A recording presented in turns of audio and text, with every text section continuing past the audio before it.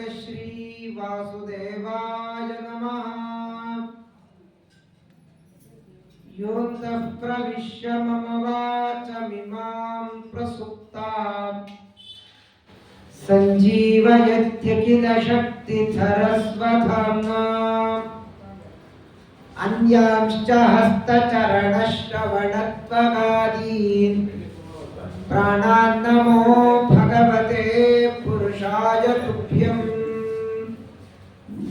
सच्छास्त्रोदितवर्त्मना पदमिदं ध्यायन्मदङ्काङ्कितो मन्मन्त्रं जपशास्त्रसम्पदमथो दास्यामि भाग्यैः सह तत्तत्त्वान्यपि बोधयामि तदनुप्राप्यो मदङ्घ्रिर्भवेत् इत्याघोषयतीव यः करचयैः तं वाजिवक्त्रं भजे।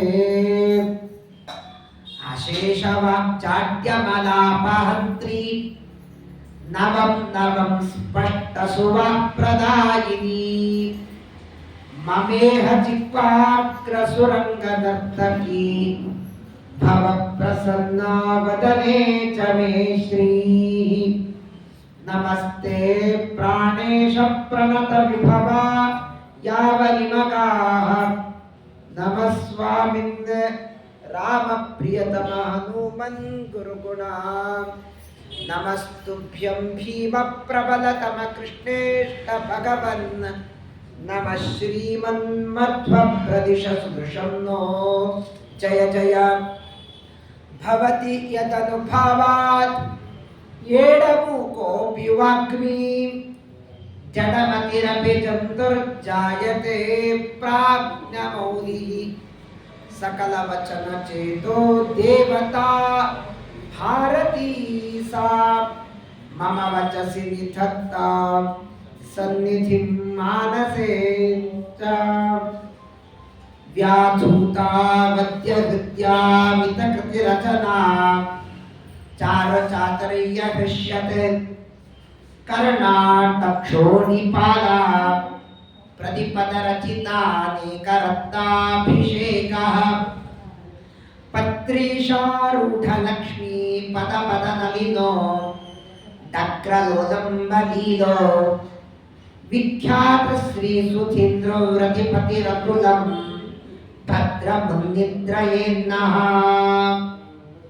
चित्तेनायुक्तमर्थं कलयति सहसा नाभिधत्तेन सद्भिः साकं मीमांसते वा न लिखति वचसोद्घाटयत्याशयं स्वम् उक्तं नो वक्ति भूयः क्वचिदपि लिखितं नैव निर्माष्टितस्मात् अस्माभिः सप्रबन्ध प्रणयन विषये स्तूयते राघवेन्द्रः। श्रीमतो राघवेन्द्रस्य नमामि पदपङ्कजे कामिताशेषकल्याणकलना कल्पपादपौ श्रीसत्यबोधो निजकामधेनुः मायातमखण्डनचण्डभानुः दुरन्तपापप्रदये कृशानुः ध्येयं ममेष्टं गुरुराजसूनुः। आपादमौलिपर्यन्तं गुरूणामाकृतिं स्मरेत् तेन विघ्नाः प्रणश्यन्ति सिद्ध्यन्ति च मनोरथाः। ಹರಿವಾಯು ಗುರುಗಳಲ್ಲಿ ಭಕ್ತಿಪೂರ್ವಕವಾದ ಅನಂತ ನಮಸ್ಕಾರಗಳನ್ನು ಸಮರ್ಪಣೆಯನ್ನು ಮಾಡಿ ಮಹಾನುಭಾವರ ಆರಾಧನಾ ಮಹೋತ್ಸವ ಒಂದು ಕಡೆ ಸತ್ಯಬೋಧ ತೀರ್ಥ ಶ್ರೀಪಾದಂಗಳವರ ಆರಾಧನಾ ಮಹೋತ್ಸವ, ಕಲಿಯುಗ ಕಲ್ಪವೃಕ್ಷ ಕಾಮಧೇನುಗಳು ಮಂತ್ರಾಲಯ ಪ್ರಭುಗಳ ಗುರುಗಳು ಸುಧೀಂದ್ರ ತೀರ್ಥ ಶ್ರೀಪಾದಂಗಳವರು ಅವರ ಪೂರ್ವಾರಾಧನಾ ಮಹೋತ್ಸವ ಎರಡು ಒಂದು ವಿಚಿತ್ರವಾದದ್ದು. ಒಬ್ಬರು ರಾತ್ರಿ ಸೂರ್ಯನನ್ನು ತೋರಿಸಿದ್ರೆ ಇನ್ನೊಬ್ಬರು ರಾತ್ರಿ ಸೂರ್ಯನ ಮರೆಮಾಚಿದರು, ಬೆಳಗ್ಗಿನ ಸೂರ್ಯನ ಮರೆಮಾಚಿದವರು. ಬೆಳಗ್ಗಿನ ಸೂರ್ಯನನ್ನು ಮರೆಮಾಚಿದವರು ಯಾರು ಅಂತಂದ್ರೆ ಇದು ಸುಧೀಂದ್ರ ತೀರ್ಥ ಶ್ರೀಪಾದಂಗಳು. ರಾತ್ರಿ ಸೂರ್ಯನನ್ನು ತೋರಿಸಿದವರು ಸತ್ಯಬೋಧ ತೀರ್ಥರು. ನಾನು ಪ್ರತಿ ಸಲನು ಒಂದು ಹೇಳ್ತಾ ಇದ್ದೆ, ಏನು ಅಂತಂದ್ರೆ ರಾತ್ರಿ ಸೂರ್ಯ ಒಂದು ವಿಚಿತ್ರ, ಬೆಳಗ್ಗಿನ ಸೂರ್ಯ ಮರೆಮಾಚೋದು ಒಂದು ವಿಚಿತ್ರ. ಮೊದಲು ಕಲಿಯುಗ ಕಲ್ಪವೃಕ್ಷರಾದಂತಹ ಕಾಮಧೇನುಗಳು ಮಂತ್ರಾಲಯ ಪ್ರಭುಗಳ ಗುರುಗಳಾದಂತಹ ಸುಧೀಂದ್ರ ತೀರ್ಥರ ಬಗ್ಗೆ ಅವರ ಸಂಕೀರ್ತನೆ ಅದು ಅದ್ಭುತವಾದದ್ದು. ಕೇಳೋರಿಗೂ ಹೇಳತಕ್ಕಂಥವರಿಗೂ ಮನಸ್ಸನ್ನು ಶುದ್ಧಿ ಮಾಡತಕ್ಕಂಥದ್ದು, ಮಾತನ್ನು ಶುದ್ಧಿ ಮಾಡತಕ್ಕಂತಹ ಅವರ ಅದ್ಭುತವಾದ ಚರಿತ್ರೆ, ಅವರು ಮಾಡಿರ್ತಕ್ಕಂತಹ ಗ್ರಂಥಗಳ ನಿರ್ಮಾಣ, ಅದನ್ನ ಯಥಾಶಕ್ತಿ ಯಥಾಮತಿ ಅನುವಾದ ಮಾಡಿ ಪ್ರಯತ್ನವನ್ನು ಮಾಡ್ತೇನೆ. ಸುಧೀಂದ್ರ ತೀರ್ಥ ಶ್ರೀಪಾದಂಗಳವರು ಅವರ ಪೂರ್ವಾಶ್ರಮದ ಹೆಸರು ನಾರಾಯಣಾಚಾರ್ಯರು ಅಂತ. ನಾರಾಯಣಾಚಾರ್ಯರು ಅವರ ಕ್ರಮನೇ ಒಂದು ವಿಚಿತ್ರ. ಒಂದು ಕಡೆ ಸುರೇಂದ್ರ ತೀರ್ಥರು, ವಿಜೇಂದ್ರ ತೀರ್ಥರು, ಪುಟ್ಟ ಹುಡುಗ ನಾರಾಯಣಾಚಾರ್ಯ. ನಾರಾಯಣಾಚಾರ್ಯರಿಗೆ 12 ವರ್ಷದ ಪುಟ್ಟ ಹುಡುಗ. ಆ ಪುಟ್ಟ ಹುಡುಗನಿಗೆ ಒಂದು ಬಿರುದು ಕೊಡ್ತಾರೆ. ಮತ್ತು ಚಿಕ್ಕ ಮಕ್ಕಳಿಗೆ ಏನು ಬಿರುದು ಕೊಡ್ತಾರೆ? ಒಂದ ಚೆನ್ನಾಗಿ ಆಟ ಆಡ್ತಿದ್ದ, ಇನ್ನೊಂದೇನೋ. ಆದರೆ ಸುಧೀಂದ್ರ ಸ್ವಾಮಿಯವರಿಗೆ ನಾರಾಯಣಾಚಾರ್ಯರಿಗೆ ಒಂದು ಬಿರುದು ಕೊಟ್ಟಿದ್ದೇನು ಅಂತಂದ್ರೆ ಷಡ್ದರ್ಶನ ವಲ್ಲಭಾಚಾರ್ಯ ಅಂತ 12 ವರ್ಷಕ್ಕೆ ಆ ಬಿರುದನ್ನು ತಗೊಳ್ತಾರೆ. ಭಾರತೀಯದಲ್ಲಿ ಒಂದು ವಿಚಿತ್ರವಾದಂತಹ ಕ್ರಮ ಇದೆ, ಆಸ್ತಿಕ ದರ್ಶನ, ನಾಸ್ತಿಕ ದರ್ಶನ ಅಂತ. ನಾನು ಷಡ್ದರ್ಶನಗಳ ಒಳ ಹೋಗಲ್ಲ, ಷಡ್ದರ್ಶನಗಳ ಹೆಸರನ್ನು ಮಾತ್ರ ಹೇಳ್ತೀನಿ. ಆ ಭಾರತದಲ್ಲಿ 2 ಥರದ ದರ್ಶನಗಳು, ಆಸ್ತಿಕ ದರ್ಶನಗಳು, ನಾಸ್ತಿಕ ದರ್ಶನಗಳು. ನಾಸ್ತಿಕರಲ್ಲಿ 3 ಜನ ಆದ್ರೆ 6 ಜನ ಆಗ್ತಾರೆ. ಚಾರುವಾಕ್, ಚೆನ್ನಾಗಿ ಮಾತಾಡ್ತಾನೆ. ಚೆನ್ನಾಗಿ ಅಂತಂದ್ರೆ ಏನು? ದೇವರಿಲ್ಲ, ಗಿಂಡ್ರಿಲ್ಲ, ಏನಿಲ್ಲ, ಯಾವುದೂ ಬೇಡ ಅಂತ ಹೇಳತಕ್ಕಂಥವ್ರು ಚಾರುವಾಕ್. ಚೆನ್ನಾಗಿ ಮಾತಾಡ್ತಾನೆ, ಆದ್ರಿಂದಲೇ ಅವ್ರಿಗೆ ಚಾರುವಾಕ್ ಅಂತ. ನಂತರದಲ್ಲಿ ಬೌದ್ಧಿಸಂ. ಇವತ್ತು ಬುದ್ಧನ ಸಿದ್ಧಾಂತ ಅದೊಂದು ವಿಚಿತ್ರವಾದ ಸಿದ್ಧಾಂತ. ವಿಶೇಷವಾದಂತಹ ಗುರುಗಳು ಹೇಳಿದ್ದು ಸರ್ವಂ ಶೂನ್ಯಂ ಶೋಧ್ಯಂ. ಅರ್ಥ ಮಾಡ್ಕೊಂಡವರು 4 ಜನ ಶಿಷ್ಯಂದ್ರು, 4 ಜನ ಶಿಷ್ಯರು ಒಂದೊಂದು ಥರ ಅರ್ಥ ಮಾಡ್ಕೊಂಡ್ರು. ಇದನ್ನೆಲ್ಲ ನಿಜವಾಗೂ ಕಾರ್ಕಳ ಅಂತ ಒಂದು ಊರು. ಆ ಕಾರ್ಕಳದ ಹತ್ರ ಒಂದು ಜೈನರ ಸಂಪ್ರದಾಯಗಳಿದೆ. ಅಲ್ಲಿ ಅದರ ಅದ್ಭುತವಾದಂತಹ ಪ್ರತಿಗಳನ್ನೇ ಇದೆ. ಅದು ಇವತ್ತು ಯಾವ ಭಾಷೆ, ಯಾವ ಲಿಪಿಯಲ್ಲಿದೆ ಅಂದ್ರೆ ಪಾಲಿ ಲಿಪಿಯಲ್ಲಿದೆ. ಪಾಲಿ ಲಿಪಿ ನಮ್ಗೆ ಓದಲಿಕ್ಕೆ ಬರಲ್ಲ. ಆದರೆ ನಮ್ಮ ಟೀಕಾಕೃತ್ಪಾದರು, ಸರ್ವಜ್ಞಕಲ್ಪರಾದಂತಹ ಟೀಕಾಕೃತ್ಪಾದರು ಎಲ್ಲಿ ಅಕ್ಷವ್ಯ ತೀರ್ಥರಲ್ಲಿ ಓದಿದ್ದು, ಏನು ಕತೆ? ನವೈದು ಶಬ್ದಾದ್ಯ ನಚ ವಚನ ಚಾತುರ್ಯ ಬುಧಿಯ ನವಾತ್ಸರ್ಯಾವೇಶಾತ್ ನಚ ಚಪಲತಾ ದೋಷವಶತಃ ಪರಂ ಶ್ರದ್ಧಾಚಾರ್ಯಾತ್ ಅಕೃಷಿಕೃತೆ ಆಚಾರ್ಯ ವಚಸಿ ಸ್ಖಲನ್ನಪ್ಯೇತಸ್ಮಾತ್ ನಹಿ ಜಗತಿ ನಿಂದ್ಯೋಸ್ಮಿನ್ ವಿದುಷಾಂ. ಈ ಪಾಲಿ ಭಾಷೆ ಓದಿಕ್ ಬರಲ್ಲ, ಲಿಪಿ ಏನಿದೆ ಅಂತ ಗೊತ್ತಿಲ್ಲ. ಸಂಸ್ಕೃತ ಓದಲಿಕ್ಕೆ ಇವತ್ತು ಕಷ್ಟ ಇದೆ. ಅಂತೂ ಇವತ್ತಿನ ಮಕ್ಕಳಿಗೆಲ್ಲ ಶತ್ರುಘ್ನ ಅಂತ ಏನಾದರೂ ಬರ್ಕೊಂಡು ಬಂದ್ರಿ ಅಂತ ಡಿಕ್ಟೇಷನ್ ಕೊಟ್ರೆ ವಾಟ್ಸಪ್ ಅಲ್ಲಿ ಸ್ಪೆಲ್ ಮಾಡಿ ಅದೇನೋ ಮಾಡಿಕೊಂಡು ಅದು ಏನು ಬರೆಯೋದು ಬರ್ಕೊಂಡು ಹೋಗೋದೇ ಕಷ್ಟ ಇದೆ. ಆದ್ರೆ ಒತ್ತಕ್ಷರಗಳೇ ಗೊತ್ತಿಲ್ಲ. ಲಿಪಿಗಳೆಲ್ಲ ಇದೆ. ಬ್ರಾಹ್ಮಿ ಅಂತ ಒಂದು ಲಿಪಿ ಇದೆ, ತಿಗಲಾರಿ ಅಂತ ಒಂದು ಲಿಪಿ ಇದೆ. ಆ ಲಿಪಿಗಳೆಲ್ಲ ಜಿಲೇಬಿ ಅಕ್ಷರ, ಏನ್ ಬರ್ತಿದೀವಿ ಅಂತ ಗೊತ್ತಿಲ್ಲ. ಆದ್ರೆ ಟೀಕಾಕೃತ್ಪಾದರು ಎರಗೋಳದ ಗುಹೆಯಲ್ಲಿ ಕುತ್ಕೊಂಡು ಏನು ಬೌದ್ಧ ಸಿದ್ಧಾಂತ ಇದೆ ಪಾಲಿ ಲಿಪಿಯನ್ನು ಅಧ್ಯಯನವನ್ನು ಮಾಡಿ ಅವರದನ್ನು ಖಂಡನೆ ಮಾಡ್ತಾರೆ. ಓಂ ರಚನಾನುಪತ್ತೆಚ್ಚ ಅನುಮಾನವು ವಯೋಪಮತೆ ತತ್ರಾಪೇವು ಅಂಕಿತ್ವಾನುಪತ್ತೇ ಓಂ ಅಂತ ದ್ವಿತೀಯಾಧ್ಯಾಯದ ಸಮಯಪಾದದ ನಿರಾಕರಣೆಯಲ್ಲಿ ಆ ಎಲ್ಲವನ್ನೂ ಹೇಳ್ತಾರೆ. ಶೂನ್ಯ ಶೂನ್ಯಂ ಅಂತ ಹೇಳಿದ್ದು, ಆದರೆ 4 ಜನ 4 ಅರ್ಥ ಮಾಡಿಕೊಂಡು ಅವರೇ ವಾಕ್ಯಾರ್ಥ ಪ್ರತ್ಯಕ್ಷವಾದಿಗಳು, ವಾಕ್ಯಾರ್ಥ ಅನ್ವಯವಾದಿಗಳು, ಯೋಗಾಚಾರರು, ಸೌತ್ರಾಂತಿಕರು ಅಂತ 4 ಜನ ಆದರು. ಆ 4 ಜನ ನಮ್ಮ ಗುರುಗಳು ಹೇಳಿದ್ದು ಶೂನ್ಯ ಶೂನ್ಯ ಅಂತ ಹೇಳಿದ್ದಾರೆ. ಶೂನ್ಯ ಎಂಬುದು ಜ್ಞಾನ. ಜ್ಞಾನ ಹೇಗೆ ಪ್ರತ್ಯಕ್ಷ ಆಗತ್ತೆ? ಜ್ಞಾನ ಅನುಮೇಯ. ಆದ್ರಿಂದಾಗೆ ವಾಕ್ಯಾರ್ಥ ಅನುಮೇಯವಾದವು. ಅಲ್ಲ, ಹೊರಗೆಲ್ಲ ಕಾಣ್ತಾ ಇದೆ, ನಾವೆಲ್ಲ ಕಾಣ್ತಾ ಇದೀವಿ, ಶಿಷ್ಯರು ಗುರುಗಳೆಲ್ಲ ಕಾಣ್ತಾ ಇದೀವಿ, ಇದೇ ಸುಳ್ಳಾಗ್ಲಿಕ್ಕೆ ಸಾಧ್ಯ. ಆದ್ರಿಂದಾಗಿ ಶೂನ್ಯ ಬಿಟ್ಟು ಇನ್ನೆಲ್ಲವೂ ಸುಳ್ಳು ಅಂತದ್ದು. ಇನ್ನ ನೆಕ್ಸ್ಟ್ ಇನ್ನೊಬ್ರು ಹೇಳಿದ್ರು ವಿಜ್ಞಾನ, ಶೂನ್ಯವೂ ಒಂದು ಜ್ಞಾನ, ಜ್ಞಾನ ಮಾತ್ರ ಸತ್ಯ. ಕೆಲವರು ಹೇಳಿದ್ರು ಯೋಗ, ವಿಚಿತ್ರವಾದಂತ ಯೋಗ ಸಾಧನೆ ಏನಿದೆ ಅದು ಮಾತ್ರ ಸತ್ಯ. ಹೀಗೆ 4 ಜನ ಅವರವರು ಪಂಗಡ ಆಯಿತು. ನಂತರದಲ್ಲಿ ಜೈನಿಸಂ, ಇವತ್ತು ಜೈನ ಸಿದ್ಧಾಂತ ತುಂಬಾ ಚೆನ್ನಾಗಿ ಬೆಳೀತಾ ಇದೆ. ಆದರೆ ಜಿನ ಅಂತ ವೃಷಭರೂಪಿ ಪರಮಾತ್ಮದ ಶಿಷ್ಯ ಜಿನ, ಆ ಜಿನದಿಂದ ಪ್ರವರ್ತನೆ ಆಯಿತು, ಅದು ಜೈನ ಸಿದ್ಧಾಂತ. ಆದರೆ ಈ 3 ಜನರಲ್ಲೂ ಒಂದೊಂದು ವೈಲಕ್ಷಣ್ಯ ಇದೆ. ಏನು ಅಂತಂದ್ರೆ, ಪ್ರತ್ಯಕ್ಷವಾದಿಗಳು ಯಾವುದು ಕಣ್ಣಿಗೆ ಕಾಣುತ್ತೆ ಅದು ಮಾತ್ರ ಪ್ರಮಾಣ ಅಂತ ಹೇಳೋದವರು ಚಾರವಾಕ. ಜನ್ಯ ಜಮಕ ಭಾವ ಅಂತ ಒಂದು ಇದನ್ನ ಕಾರ್ಯಕಾರಣ ಭಾವ ಅಂತ ಅಂಗೀಕಾರ ಮಾಡಿ, ನಾನು ಇದ್ದೀನಿ ಅಂತಂದ್ರೆ ನಮ್ಗೊಬ್ಬ ಅಪ್ಪ ಇರಬೇಕು, ಅವ್ರಿಗೊಂದು ಅಪ್ಪ ಇರಬೇಕು. ಇದನ್ನ ಜನ್ಯ ಜನಕ ಭಾವ, ಕಾರ್ಯಕಾರಣ ಭಾವ ಅಂತ ಶಾಸ್ತ್ರದಲ್ಲಿ ಹೇಳುವ ಮಾತು. ಈ ಜನ್ಯ ಜನಕ ಭಾವವನ್ನು ಅಂಗೀಕಾರ ಮಾಡುವ ಸಲುವಾಗಿ, ಕಾರ್ಯಕಾರಣ ಭಾವವನ್ನು ಅಂಗೀಕಾರ ಮಾಡುವ ಸಲುವಾಗಿ ಒಂದು ವಿಚಿತ್ರವಾದ ಒಂದು ಅನುಮಾನ ಪ್ರಮಾಣವನ್ನು ಅಂತಾರೆ. ಅದನ್ನೇ ಅನುಮಾನ. ಕನ್ನಡದ ಅನುಮಾನ ಅಲ್ಲ, ಕನ್ನಡದ ಅನುಮಾನ ಸಂದೇಹ. ಸಂಸ್ಕೃತದಲ್ಲಿ ಏನು ಅನುಮಾನ ಅಂತಂದ್ರೆ ಅಂಗೀಕೃತ್ಯ, ಅನುಸೃತ್ಯವಾದಂತಹ ಪ್ರಮಾಣವನ್ನು ಅಂಗೀಕಾರ ಮಾಡಿ ಒಂದು ಕಿವನ್ನು ಪ್ರೂವ್ ಮಾಡಿದ್ರೆ ಅದನ್ನ ಅನುಮಾನ ಅಂತ ಕರೆದು. ಈ ಪ್ರತ್ಯಕ್ಷವಾದಿಗಳಾದಂಥವರು ಚಾರ್ವಾಕರು, ವಿಶೇಷವಾದಂತಹ ಅನುಮಾನವಾದಿಗಳು ಪ್ರತ್ಯಕ್ಷವನ್ನು ಪ್ರಮಾಣ ಅಂತ ಅಂಗೀಕಾರ ಮಾಡಿ, ಅನುಮಾನವನ್ನು ಪ್ರಮಾಣ ಅಂತ ಹೇಳಿ ಅದನ್ನು 2 ಪ್ರಮಾಣ ಅಂತ ಅಂಗೀಕಾರ ಮಾಡಿದವರು ಬೌದ್ಧರು.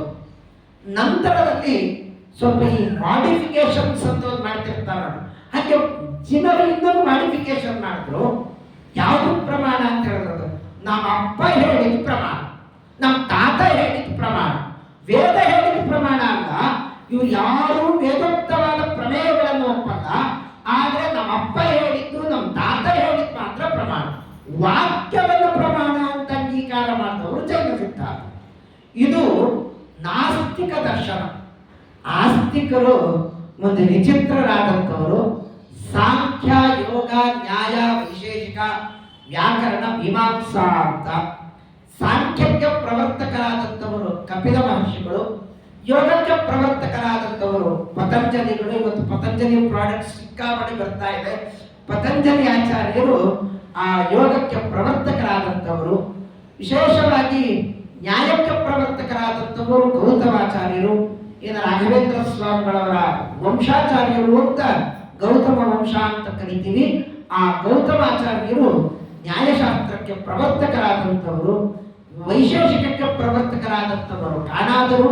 ವ್ಯಾಕರಣಕ್ಕೆ ಪ್ರವರ್ತಕರಾದಂಥವರು ಪಾಣಿನಿಯಾಚಾರ್ಯರು. ಮೀಮಾಂಸಾದಲ್ಲಿ 2 ತರದ ಮೀಮಾಂಸಾ, ಒಂದು ಪೂರ್ವ ಮೀಮಾಂಸಾ, ಇನ್ನೊಂದು ಉತ್ತರ ಮೀಮಾಂಸಾ. ಪೂರ್ವ ಮೀಮಾಂಸಕ್ಕೆ ಪ್ರವರ್ತಕರಾದಂಥವರು ಜೈಮಿನಿಗಳು, ಉತ್ತರ ಮೀಮಾಂಸಕ್ಕೆ ಪ್ರವರ್ತಕರಾದಂಥವರು ವೇದವ್ಯಾಸ ದೇವರು. ಅದೇ ಓಂ ಅಥಾತೋ ಬ್ರಹ್ಮ ಜಿಜ್ಞಾಸ ಓಂ ಅಂತ ಪ್ರಾರಂಭ ಮಾಡಿ ಓಂ ಅನಾವರ್ತಿ ಶಬ್ದ ತದಾವರ್ತಿ ಶಬ್ದ ಓಂ ಅಂತ 564 ಸೂತ್ರಗಳು. ಈ ಸೂತ್ರಗಳ ಮೇಲೆ 21 ಮತಾಚಾರ್ಯರು, 22ನೇವರು ಮಧ್ವಾಚಾರ್ಯರು. ಅದಾದ್ಮೇಲೆ ಯಾರೂ ಬರಲಿಲ್ಲ. ಇಷ್ಟನ್ನೂ ಕೂಡ ಪುಟ್ಟ ಹುಡುಗ ಅಂತೂ ಹೆಸರು ಹೇಳಬೇಕಾದ್ರೆ ಹಿಂದೆ ಮುಂದಾಗತ್ತೋ ಅಂತ ನೋಡ್ತಾ ಇರ್ತೀವಿ.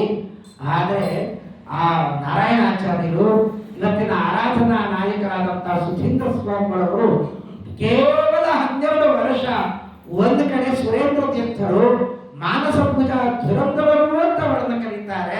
ಅವರ ಎಷ್ಟ ಕಾರೋಪವಾಸೇನ ತ್ರಿವಾರಂ ಭೂಪ್ರದಕ್ಷಿಣಂ ತಸ್ಮೈ ನಮೋ ಯತೀಂದ್ರಾಯ ಶ್ರೀ ಸುರೇಂದ್ರ ತಪಸ್ವಿನೇ ಅಂತ ಅಂತಹ ಸುರೇಂದ್ರ ತೀರ್ಥರು. ಇನ್ನೊಂದು ಕಡೆ ವ್ಯಾಸರಾಜ ಗುರು ಸಾರ್ವಭೌಮರಲ್ಲಿ ಗರಡಿಯಲ್ಲಿ ತಾವಾಯ ಪ್ರಯತ್ನವನ್ನು ಮಾಡಿ ನವಕೃತ್ವ ನ್ಯಾಯಸುಧ ವಿಶೇಷವಾದಂತಹ 9 ಬಾರಿ ನ್ಯಾಯಸುಧ ಅಧ್ಯಯನವನ್ನು ಮಾಡಿದವರು, 12 ಬಾರಿ ಇಡೀ ಸಮಗ್ರ ಸರ್ವಮೂಲವನ್ನು ಅಧ್ಯಯನ ಮಾಡಿದವರು ವಿಜೇಂದ್ರ ತೀರ್ಥರು. ಅವರನ್ನು ನೆನೆಸಿದ್ರೆ ಸದಾಕಾಲ ಬಿಟ್ರಿ ಅವರ ಹೆಸರು ಮತ್ತು ವಿಠಲಾಚಾರ್ಯರು, ಆಗ ವಿಷ್ಣು ತೀರ್ಥರು, ಆಗ ದಂಡಬಂಡಕನ ಆತ್ಮವನ್ನು ಕೂಡ ಅವರಿಗೆ ಕರೆದಿದ್ದು ವಿಜೇಂದ್ರ ತೀರ್ಥರು. ಅಂತ ಅವರ ಹೆಸರನ್ನೇ ಬಿಟ್ರಿ ಇದೆ. ಅಂತಹ ವಿಜೇಂದ್ರ ತೀರ್ಥ ಶ್ರೀಪಾದಂಗಳವರು ಅವರ ಮುಂದೆ ಪುಟ್ಟ ಒಳಗ ನಾರಾಯಣಾಚಾರ್ಯರು, ಸುಧೀಂದ್ರ ತೀರ್ಥ ಶ್ರೀಪಾದಂಗಳವರು ಇವರು ಅವ್ರ ಮುಂದೆ ಇಡೀ ಭಾರತದ ಏನೇನು ದರ್ಶನಗಳಿವೆ ಆ ಎಲ್ಲ ದರ್ಶನಗಳು, ಆಸ್ತಿಕ ದರ್ಶನ, ನಾಸ್ತಿಕ ದರ್ಶನ, ಅದರ ಪರಸ್ಪರ್ಶಿ ಪಾಂಡಿತ್ಯವನ್ನು ಪಡೆದ ಮೇಲೆ ಸುಧೀಂದ್ರ ತೀರ್ಥ ಶ್ರೀಪಾದಂಗಳವರಿಗೆ ವಿಜೇಂದ್ರ ತೀರ್ಥರು ಮತ್ತೆ ಸುರೇಂದ್ರ ತೀರ್ಥರು ಒಂದು ಅದ್ಭುತವಾದ ಆಶೀರ್ವಾದ ಮಾಡ್ತಾರೆ.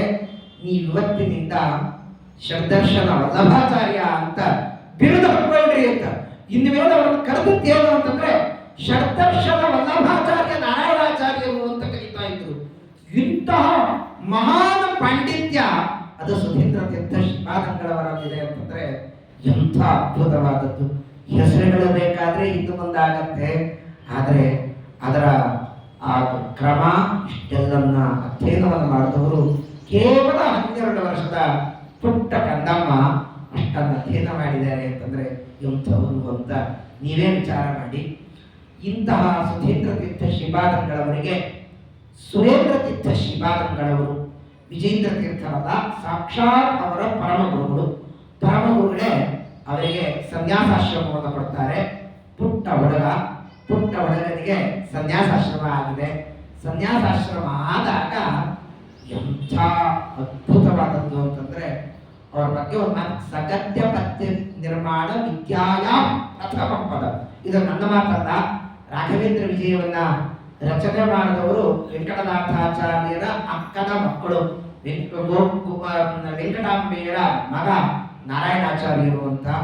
ಅವರಲ್ಲಿ ಹೇಗಿತ್ತು ಅಂತಂದ್ರೆ ವೆಂಕಟನಾಥಾಚಾರ್ಯರು, ಗುರುರಾಜಾಚಾರ್ಯರು, ವೆಂಕಟಾಂಬೆಯನ್ನು ಕೊಟ್ಟಿದ್ದು ಲಕ್ಷ್ಮೀ ನರಸಿಂಹಾಚಾರ್ಯರಿಗೆ. ಲಕ್ಷ್ಮೀ ನರಸಿಂಹಾಚಾರ್ಯರು ಎಂಥ ಪಾಂಡಿತ್ಯ ಅಂತಂದ್ರೆ ಅರಾತಿ ವಿದ್ವದ್ವಿಜಯಾತ್ತ ವೃದ್ಧಿವತ್ ಸರಸ್ವತಿ ನಿತ್ಯ ನಿವಾಸ ಮಂದಿರಂ. ಸರಸ್ವತಿ ದೇವಿ ಎಲ್ಲಿ ವಾಸ ಮಾಡ್ಕೋಬೇಕು ಅಂತ ಪ್ರಶ್ನೆ ಬಂದಿತ್ತಂತೆ. ಆ ಪ್ರಶ್ನೆ ಬಂದಾಗ ನರಸಿಂಹಾಚಾರ್ಯರ ಬಾಯಲ್ಲಿ ವಾಸ ಮಾಡ್ತಿದ್ಲಂತೆ. ಅರಾತಿ ವಿದ್ವದ್ವಿಜಯಾತ್ತ ವೃದ್ಧಿವತ್ ಸರಸ್ವತಿ ನಿತ್ಯ ನಿವಾಸ ಮಂದಿರಂ. ಇದು ನಮಗೆ ಕಿಸೆ ಮಾತಲ್ಲ, ಸಾಕ್ಷಾತ್ ನಾರಾಯಣಾಚಾರ್ಯರು ಹೇಳುವ ಮಾತು. ಅಂತಹ ಅದ್ಭುತವಾದಂತಹ ನರಸಿಂಹಾಚಾರ್ಯರ ಮಕ್ಕಳಾದಂಥವರು ನಾರಾಯಣಾಚಾರ್ಯರು. ನರಸಿಂಹಾಚಾರ್ಯರ ಹತ್ರ ಓದಿದ್ದು ವೆಂಕಟನಾಥಾಚಾರ್ಯರ ಹತ್ರ, ಆದ್ರೆ ನಾರಾಯಣಾಚಾರ್ಯ ಓದಿದ್ದೆಲ್ಲ ರಾಘವೇಂದ್ರ ಸ್ವಾಮಿಗಳವರ ಹತ್ರ. ಅಂತಹ ರಾಘವೇಂದ್ರ ಸ್ವಾಮಿಗಳವರು ತಮ್ಮದೇ ಆದಂತಹ ಕಾವ್ಯವನ್ನು ನೋಡಿ ಅದನ್ನ ಉಲ್ಲೇಖ ಮಾಡ್ತಿರ್ಬೇಕಾದ್ರೆ ಅಂತಹ ಅದ್ಭುತವಾದ ಪಾಂಡಿತ್ಯ ನರಸಿಂಹಾಚಾರ್ಯರು, ಅವರ ಮಕ್ಕಳು ನಾರಾಯಣಾಚಾರ್ಯರು. ಆ ನಾರಾಯಣಾಚಾರ್ಯರು ಸುಧೀಂದ್ರ ತೀರ್ಥರ ಬಗ್ಗೆ ಒಂದು ಉಲ್ಲೇಖ ಮಾಡ್ತಾರೆ. ಸಗದ್ಯ ಪದ್ಯ ನಿರ್ಮಾಣ ವಿದ್ಯಾಯ ಪ್ರಥಮ ಪದ. ಗದ್ಯ ಪದ್ಯ ನಿರ್ಮಾಣ ಮಾಡೋದ್ರಲ್ಲಿ ಫಸ್ಟ್ ರ್ಯಾಂಕ್ ಯಾರು ಅಂತಂದ್ರೆ ಅದು ಸುಧೀಂದ್ರ ತೀರ್ಥ ಶ್ರೀಪಾದಂಗಳವರು. ಆಗಿನ ಕಾಲದ ಒಂದು ಘಟನೆ ಆಗುತ್ತೆ, ಅದನ್ನು ಉಲ್ಲೇಖ ಮಾಡ್ತೀನಿ. ಅಂತೂ ರಾಘವೇಂದ್ರ ಸ್ವಾಮಿಗಳವರು ಅವರ ಗುರುಗಳ ಬಗ್ಗೆ ಒಂದು ಉಲ್ಲೇಖ ಮಾಡ್ತಾ ಒಂದು ಆಕೇರಳಂ ತಥಾ ಸೇತು ಆಗಂಗಂಚ ಹಿಮಾಲಯ, ವಿಶೇಷವಾಗಿ ಕುಶಾಗ್ರ ಮತಗೆ ತಾನು ದ್ವಿತಯೇ ವಾದಿಪೀತಯೇ ಆರಾಧಿತ ಶ್ರೀಪತಯೇ ಸುಧೀಂದ್ರ ಯತಯೇ ನಮಃ ಅಂತ ಅವರು ಕುಶಾಗ್ರಮತಿಗಳಾದಂಥವರು ಸುಧೀಂದ್ರ ತೀರ್ಥ ಶ್ರೀಪಾದಂಗಳವರು ಭಾನ ದ್ವಿತಯೇ, ಎರಡನೇ ಸೂರ್ಯನಂತೆ ಪ್ರಕಾಶಮಾನ ಮಾಡ್ತಿದ್ರಂತೆ. ಅವರ ಪಾಂಡಿತ್ಯ, ಅವರ ತೇಜಪುಂಜ ಅಷ್ಟೇ ಅಲ್ಲ, ಅವರ ಕ್ರಮ ಅದನ್ನು ನೋಡಿದ್ರೆ ಎರಡನೇ ಸೂರ್ಯ ಯಾವ ರೀತಿಯಾಗಿ ಪ್ರಕಾಶಮಾನ ಆಗ್ತಾನೆ ಆ ರೀತಿಯಾಗಿ ಪ್ರಕಾಶಮಾನರಾಗ್ತಿದ್ರು ಅಂತ ಉಲ್ಲೇಖ ಮಾಡ್ತಾ ನಾರಾಯಣಾಚಾರ್ಯರು ಸುಧೀಂದ್ರ ತೀರ್ಥರ ಬಗ್ಗೆ ಒಂದು ಉಲ್ಲೇಖ ಮಾಡ್ತಾರೆ. ಸಗತ್ಯ ಸುಧೀಂದ್ರ ಯೋಗಿನಂ ಸೇವೆ ಸಾಧು ಸಾತ್ಕೃತ ಸಂಪದ ಸಗತ್ಯ ಪದ್ಯ ನಿರ್ಮಾಣ ವಿದ್ಯಾಯ ಪ್ರಥಮಂ ಪದ. ಎಂಥ ಮಾತಾಡ್ತಾರೆ. ಪ್ರಥಮಂ ಪದ ಫಸ್ಟ್ ರ್ಯಾಂಕ್ ಯಾರು ಅಂತಂದ್ರೆ ಸುಧೀಂದ್ರ ತೀರ್ಥ ಶ್ರೀಪಾದಂಗಳವರು. ಒಂದು ಘಟನೆ, ರಘುನಾಥ ಭೂಪಾಲ ಅಂತ ಇವತ್ತು ನಾವೆಲ್ಲದನ್ನು ಓದಿಲ್ಲ, ಆದ್ರೆ ಬೇರೆ ಬೇರೆ ಹೇಳುವ ಮಾತು. ರಘುನಾಥ ಭೂಪಾಲೀಯ ಅಂತ ಒಂದು ಗ್ರಂಥ, ವಿಚಿತ್ರವಾದ ಗ್ರಂಥ.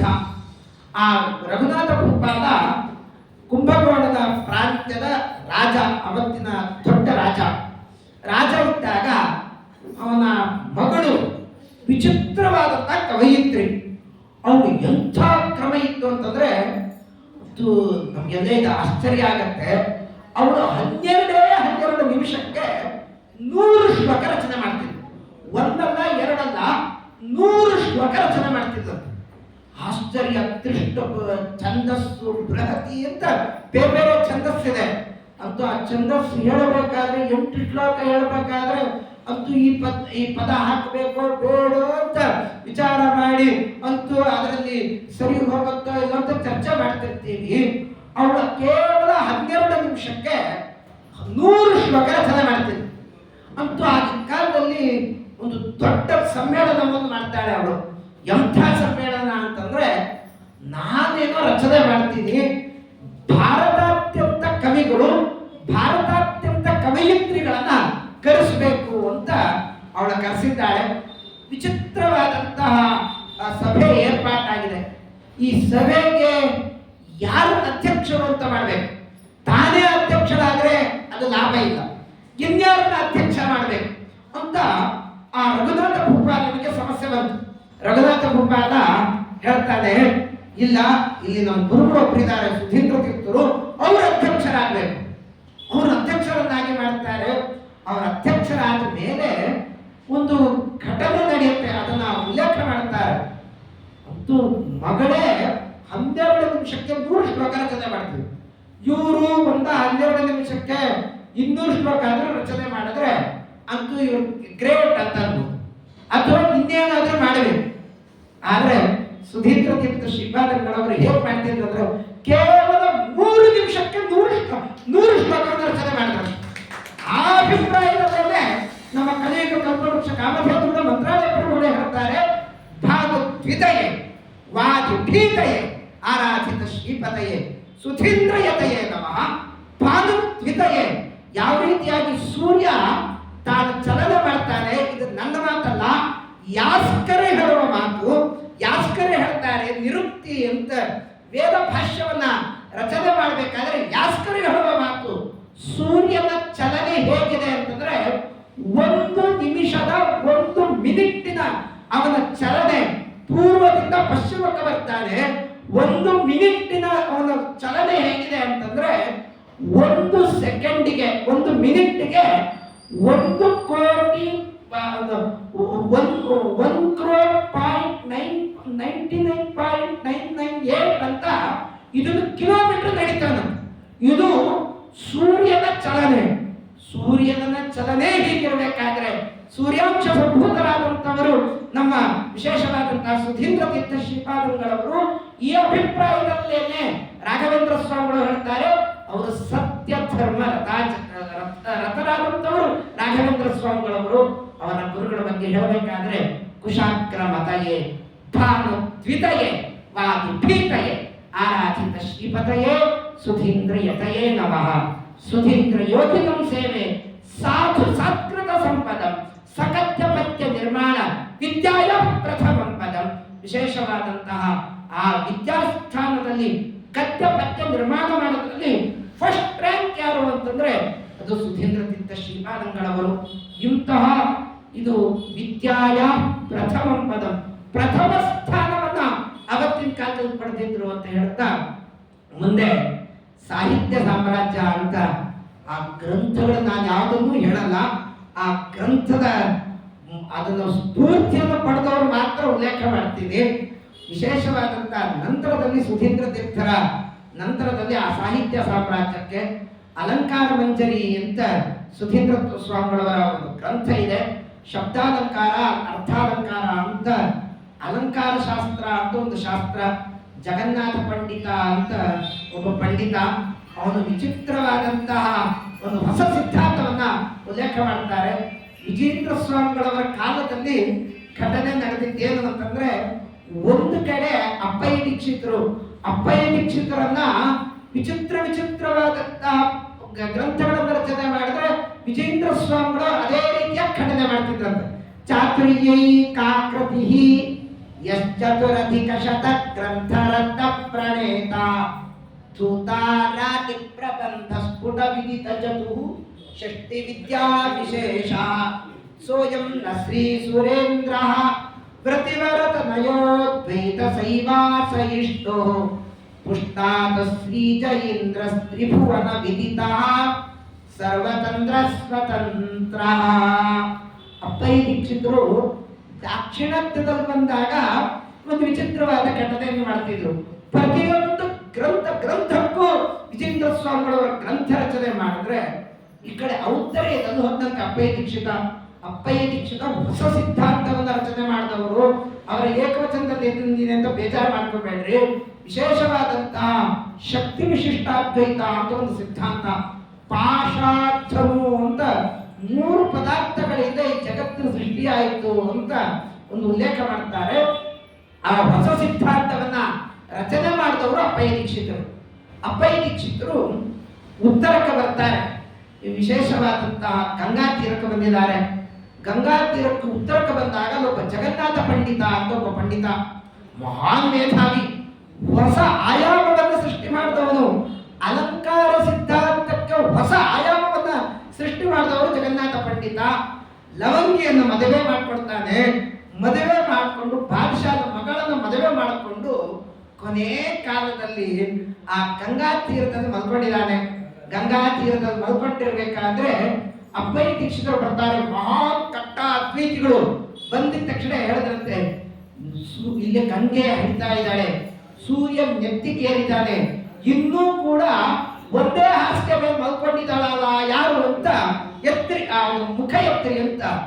ಅವನು ಹಿಂಗೆ ಜಗನ್ನಾಥ ಪಂಡಿತ ಒಂದು ಮುಖಕ್ಕೆ ಹೊತ್ಕೊಂಡಿರ್ತಾನೆ, ತಾನು ಜನಿಸ್ತಾನೆ.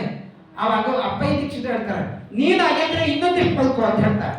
ಯಾಕೆ ಅಂತಂದ್ರೆ ಆ ಕಡೆ ವಿಜೇಂದ್ರ ಸ್ವಾಮಿಗಳವರು ಒಂದ್ ಕಡೆ ಖಂಡನೆ, ಇಲ್ಲಿ ಎಲ್ಲ ಅಪ್ಪಯ್ಯ ದೀಕ್ಷಿತರ ಎಲ್ಲ ಗ್ರಂಥಗಳಿಗೂ ಹೊಸ ರೀತಿಯಾದಂತಹ ಖಂಡನೆ ಮಾಡಿದವರು ಅದು ಜಗನ್ನಾಥ ಪಂಡಿತ. ತ್ವಯಿ ಸುಪ್ತ ಅಂತ ಒಂದು ಹೇಳಿ ನೀನಾಗಿದ್ರೆ ಮಲ್ಕೋ ಅಂತ. ಕೊನೆಗೆ ನಾನು ಮಂದ ನನ್ನಾಕಿ ನೀನು ಮಂದಾಕಿ ನೀತಿ ನಾಮ ಕಾವ್ಯ ಬ್ರಹ್ಮ ಜಗನ್ನಾಥ ಪಂಡಿತ ಪಂಡರೀನಾಥ ಮಂಕುತಿಮ್ಮ ಅಂತೂ ಆ ಕೊನೆಯಲ್ಲಿ ಗಂಗೆ ಸಮೃದ್ಧಂ ಸೌಭಾಗ್ಯ ಗಂಗಾ ಲಹರಿ ಅಂತ ಒಂದು ಲಹರಿಯನ್ನ ರಚನೆ ಮಾಡ್ತಾರೆ. ಲಹರಿ ರಚನೆ ಮಾಡಿದ ತಕ್ಷಣ ಗಂಗೆ ಅಂದಂತೆ ಇವನು ನನ್ನ ಹೊಟ್ಟೆ ಎಸಿರಬೇಕು ಅಂತ ಅಂದ್ಕೊಂಡು ತಾನೇ ಪ್ರವಾಹ ಅಲ್ಲಿ ತನಕ ಬಂದು ಅವಳು ಇಬ್ಬರನ್ನೂ ಕೂಡ ಗಂಗೆಯ ಮಡಿಲಲ್ಲಿ ಸೇರ್ಕೊಂಡ್ರು ಅಂತ.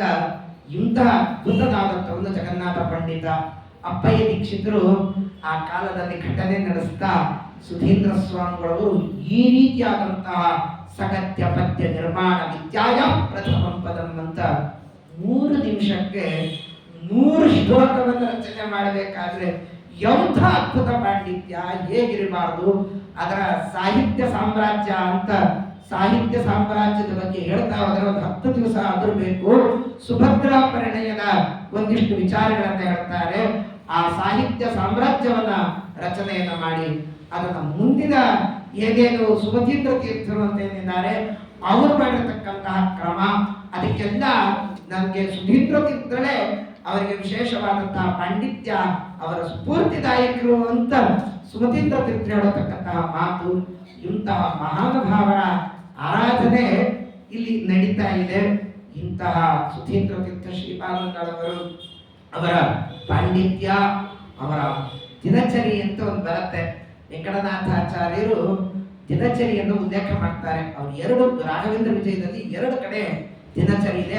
6ನೇ ಸರ್ಗದಲ್ಲಿ 1 ಸಲ ದಿನಚರಿ, ಸನ್ಯಾಸಿಗಳಾದ ಮೇಲೆ 10ನೇ ಸರ್ಗದಲ್ಲಿ 1 ಸಲ ದಿನಚರಿ. ಮದುವೆ ಆಗಿದೆ, ಮಗ ಆಗಿದೆ, ಅವನ ಹೆಸರು ಲಕ್ಷ್ಮೀನಾರಾಯಣ ಅಂತ. ನಾರಾಯಣಾಚಾರ್ಯ ಮದುವೆ ಎಲ್ಲ ಆದ್ಮೇಲೆ, ಮಗು ಆದ್ಮೇಲೆ ಅಧ್ಯಯನಕ್ಕೆ ಅಂತ ವೆಂಕಟನಾಥಾಚಾರ್ಯ ಬಂದಿದ್ದಾರೆ.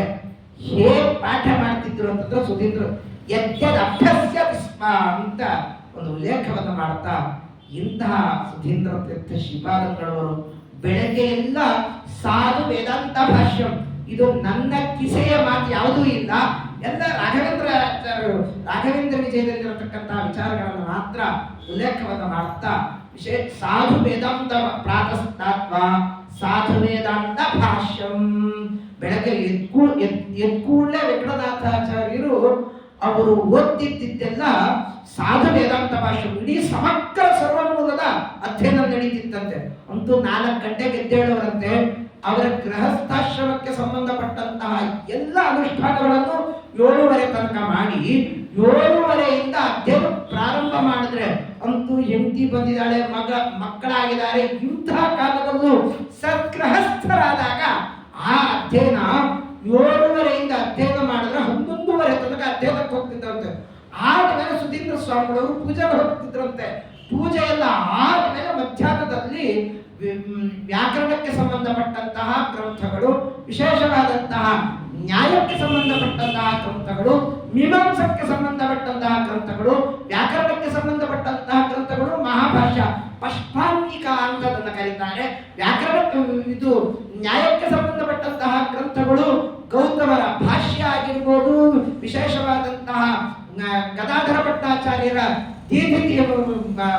ಗಾದಾಧರಿ ಆಗಿರ್ಬೋದು, ದೀಧಿತಿ ಆಗಿರ್ಬೋದು, ಗಂಗೇಶೋಪಾಧ್ಯಾಯನ ತತ್ವಚಿಂತಾಮಣಿ ಆಗಿರ್ಬೋದು, ಮೀಮಾಂಸಕ್ಕೆ ಸಂಬಂಧಪಟ್ಟಂತಹ ತುಪ್ಟೀಕ ಮತ್ತೊಂದು ಶಾಬರ ಭಾಷ್ಯ ಎಲ್ಲವನ್ನೂ ಅಧ್ಯಯನ ಮಾಡ್ತಿದ್ರಂತೆ. ಇದರ ಮೇಲೆ ಚಂದ್ರಿಕಾದಿ ಗ್ರಂಥಗಳು, ನ್ಯಾಯಾಮೃತಾದಿ ಗ್ರಂಥಗಳು, ತರ್ಕತಾಂಡವ ಗ್ರಂಥಗಳನ್ನ ಯದ್ಯದಭ್ಯಸ್ಯತಿ ಸ್ಮ, ಏನೇನು ಗುರುಗಳು ಹೇಳ್ಕೊಡ್ತಾರೋ ಅದನ್ನು ಹಾಗಾಗಿ ಅಧ್ಯಯನವನ್ನು ಮಾಡ್ತಿದ್ರು ವೆಂಕಟನಾಥಾಚಾರ್ಯರು ಅಂತ. ಆದ್ರಿಂದಲೇನೆ ರಾಘವೇಂದ್ರ ಸ್ವಾಮಿಗಳ ಸ್ತೋತ್ರದಲ್ಲಿ ಹೇಳಬೇಕಾದ್ರೆ ದೇವಸ್ವಭಾವೋ ದಿವಿಜದ್ರುಮೋಯಂ ಇಷ್ಟಪ್ರದೋ ಮೇ ಸತತಂ ಸಭೂಯ ಭವ್ಯಸ್ವರೂಪೋ ಭವತು ಪ್ರತೂಲ ಸಂಘಾಗ್ನಿಚರ್ಯ ಸುಖಧೈರ್ಯಶಾಲಿ. ದೇವಸ್ವಭಾವರು ಅಂತೂ ನಾವೇನೋ ಪುಸ್ತಕ ಹಿಡ್ಕೊಂಡು ಇವತ್ತು ಲ್ಯಾಪ್ಟಾಪ್ ಹಿಡ್ಕೊಂಡು ಓದ್ತೀವಿ ಅಂದ್ರೆ ಇಲ್ಲ, ಎತ್ತದ ಅಭ್ಯಾಸ.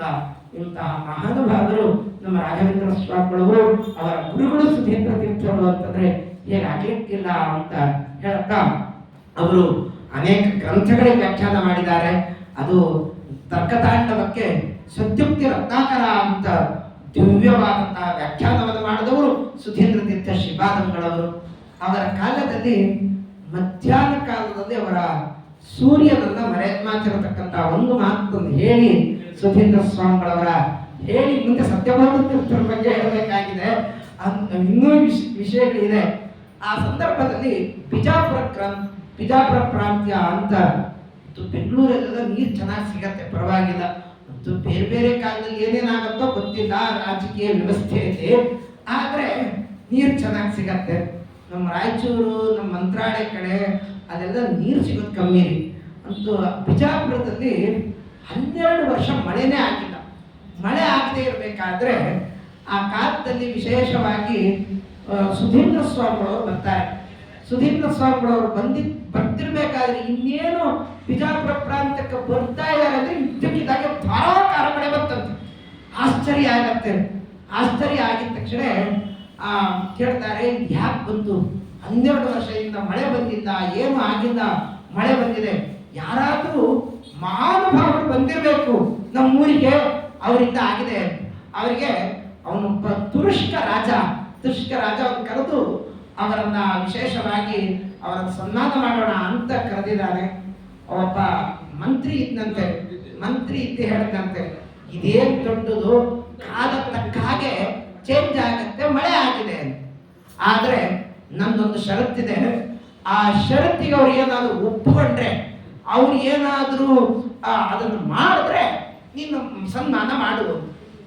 ಅದೇ ರೀತಿಯಾಗಿ ಅವನ ಸನ್ಮಾನ ಏನು, ರಾಜನ ಅರಮನೆ ಕರೀತಾನೆ, ರಾಜನ ಅರಮನೆಯಲ್ಲಿ ವಾಸ ಮಾಡ್ಕೊಂಡಿದ್ರು.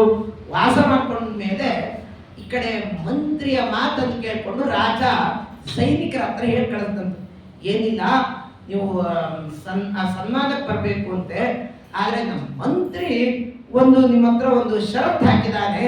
ಏನು ಅಂತಂದ್ರೆ ಸೂರ್ಯನನ್ನು ಮರೆಮಾಚಬೇಕಂತೆ. ಅಲ್ಲ ಹೇಗೆ ಸಾಧ್ಯ ಅಂತ. ಅದು ಲೋಕದಲ್ಲಿ ಕತ್ಲು ಬರ್ಬೋದ್ರಿ ಅಂತ ಗೋಡೆ ಕಟ್ಕೊಂಡ್ರೆ ಕತ್ಲಾಗತ್ತೆ. ಸೂರ್ಯನನ್ನು ಮರೆಮಾಚೋದು ಅಂದ್ರೆ ಹೇಗೆ? ಸಂಶಪ್ತಕ ಗಣ. ಯುದ್ಧದ ಪ್ರಸಂಗದಲ್ಲಿ ಒಂದು ಮಾತಿದೆ. ಈ ಕಡೆ ಇದ್ದಕ್ಕಿದ್ದಾಗೆ ಕೃಷ್ಣ ಸೂರ್ಯನನ್ನ ಮರೆಮಾಚ್ತಾನೆ. ಸಂಶಪ್ತಕ ಗಣ ಜಯದ್ರಥನ ಕ್ರಮದಲ್ಲಿ ಒಂದು ಉಲ್ಲೇಖ ಮಾಡುತ್ತಾ 10 ದಿವಸದ ಯುದ್ಧ. ಆ ಯುದ್ಧದ ಪರಿಕ್ರಮಗಳನ್ನ ಹೇಳಲ್ಲ, ಒಂದೊಂದು ದಿವಸದ ವ್ಯೂಹ ರಚನೆ ಮಾಡ್ತಾ ಇದ್ರು ಭೀಷ್ಮಾಚಾರ್ಯರು. 525 ವರ್ಷ ಅಧ್ಯಯನ ಮಾಡಿದವರು ಭೀಷ್ಮಾಚಾರ್ಯರು, ದೇವವ್ರತಾಚಾರ್ಯರು. ಅವರು ವ್ಯೂಹ ರಚನೆ ಮಾಡೋದು ಅಂತ ಶಂಖನಾದ ಆಗಿದ ತಕ್ಷಣ ಒಂದು ವ್ಯೂಹ ರಚನೆ ಅಂತ. ಇವತ್ತು ಕಮಾಂಡರ್ಗೆಲ್ಲ ಕೇಳ್ರಿ, ನೇವಿ ಮತ್ತು ಆರ್ಮಿಗೆಲ್ಲ ಕಮಾಂಡರ್ ಇರ್ತಾರೆ. ಅವ್ರು ಎಷ್ಟು ಅಲರ್ಟ್ ಆಗಿರ್ತಾರೆ ಅಂತಂದ್ರೆ ವಿಚಿತ್ರವಾದಂತಹ ಅಲರ್ಟು. ಅಂತೂ ಯಾರೇನು ರಚನೆ ಮಾಡ್ತಾರೆ ಅಂತ. ಪಾಂಡವರ ಪಕ್ಷವಾದಿಯಾದಂಥವನು ಅವತ್ತಿನ ದಿವಸ ದುಷ್ಟದ್ಯುಮ್ನ, ಈ ಕಡೆ ಭೀಷ್ಮಾಚಾರ್ಯರು. ಭೀಷ್ಮಾಚಾರ್ಯರು ಶಂಖನಾದ ಮಾಡಿದ ತಕ್ಷಣ ಒಂದು ವ್ಯೂಹ ರಚನೆ ಮಾಡ್ತಿದ್ರಂತೆ. ಯುದ್ಧಕ್ಕಿದ್ದಾಗೆ ವ್ಯೂಹ ರಚನೆ ಮಾಡ್ತಿದ್ರಂತೆ. ದುಷ್ಟದ್ಯುಮ್ನ ಹೇಳ್ತಿದ್ದಂತೆ, ಇಂಥ ವ್ಯೂಹ ರಚನೆ ನಾನೇ ನೋಡಿಲ್ಲ ಅಂತ. 10 ದಿವಸ ತನಕ ವಿಚಿತ್ರವಾದ ವ್ಯೂಹ ರಚನೆಯನ್ನು ಮಾಡಿದ್ರು. ಇದನ್ನು ವೇದವ್ಯಾಸ ದೇವರು ಉಲ್ಲೇಖ ಮಾಡ್ತಾರೆ ಮಹಾಭಾರತದಲ್ಲಿ. ಕೊನೆಗೆ 10 ದಿವಸ ಆದ್ಮೇಲೆ ಅವರು ಪತನ ಆದ್ಮೇಲೆ ದ್ರೋಣಾಚಾರ್ಯರು ಮೋಸದ ವ್ಯೂಹವನ್ನ ರಚನೆ ಮಾಡ್ತಾರೆ. ಅದರಲ್ಲಿ ಒಂದು ವ್ಯೂಹ, ಅದನ್ನ ಚಕ್ರವ್ಯೂಹ. ಆ ಚಕ್ರವ್ಯೂಹವನ್ನು ರಚನೆ ಮಾಡಿ ಅಭಿಮನ್ಯು ಅದಕ್ಕೆ ಹತನಾಗ್ತಾನೆ. ನಂತರದಲ್ಲಿ ನಡೆದಿದ್ದೆಲ್ಲ ಬರೇ ಮೋಸದ ಯುದ್ಧ. ರಾತ್ರಿ ಯುದ್ಧ ನಡೆದಿದ್ದು, ಇನ್ನೊಂದು ಯುದ್ಧ ನಡೆದಿದ್ದು, ಹೀಗೆಲ್ಲ ಯುದ್ಧ ನಡೆಯುತ್ತೆ. ಆ ಕಾಲದಲ್ಲಿ ಸುಧೀಂದ್ರ ಸ್ವಾಮಿಗಳವರ ಹತ್ರ ಕೇಳಿದ್ರಂತೆ, ಮಧ್ಯಾಹ್ನ ಕಾಲದ ಬಿಸಿಲನ್ನ ಮರೆಮಾಚಬೇಕು, ಭಗವತ್ ಸಂಕಲ್ಪ ಅಂತ ಅಂತಾರೆ ಸುಧೀಂದ್ರ ಸ್ವಾಮಿ. ಆಗ್ಲಿ ಭಗವತ್ ಸಂಕಲ್ಪ ಹೇಗಿರುತ್ತ ಆಗ್ಲಿ ಅಂತ ಹೇಳಿದ ತಕ್ಷಣ ಮಾರನೇ ದಿವಸ ಯಥಾ ಪ್ರಕಾರ ಬೆಳಗಿನ ಜಾವ ಆಗಿದೆ, ಆನ್ಹಿಕಾದಿಗಳಾಗಿದೆ, ಎಲ್ಲ ಆಗಿದೆ. ಈ ಕಡೆ ರಾಜದ ಮಂತ್ರಿ ಏನ್ ಮಾಡ್ತಾರೆ ಅಂತ ನೋಡ್ತಾ ಇದ್ದಾರೆ. ಇದ್ದಕ್ಕಿದ್ದಾಗೆ ಇಡೀ ಊರು ಕತ್ಲಾಯ್ತು. ಅಂತೂ ಹೇಗೆ ಕತ್ಲು ಮಾಡಿದ್ರು ಅಂತಂದ್ರೆ ಅಂತೂ ಏನು ಆಶ್ಚರ್ಯ ಅನ್ಸುತ್ತೆ. ಅಂತೂ ಯಾವ್ದೋ ಒಂದು ಮನೆ ಕತ್ಲು ಹೋಗುತ್ತೆ, ಲೈಟ್ ಇಲ್ಲ, ನಡಿ.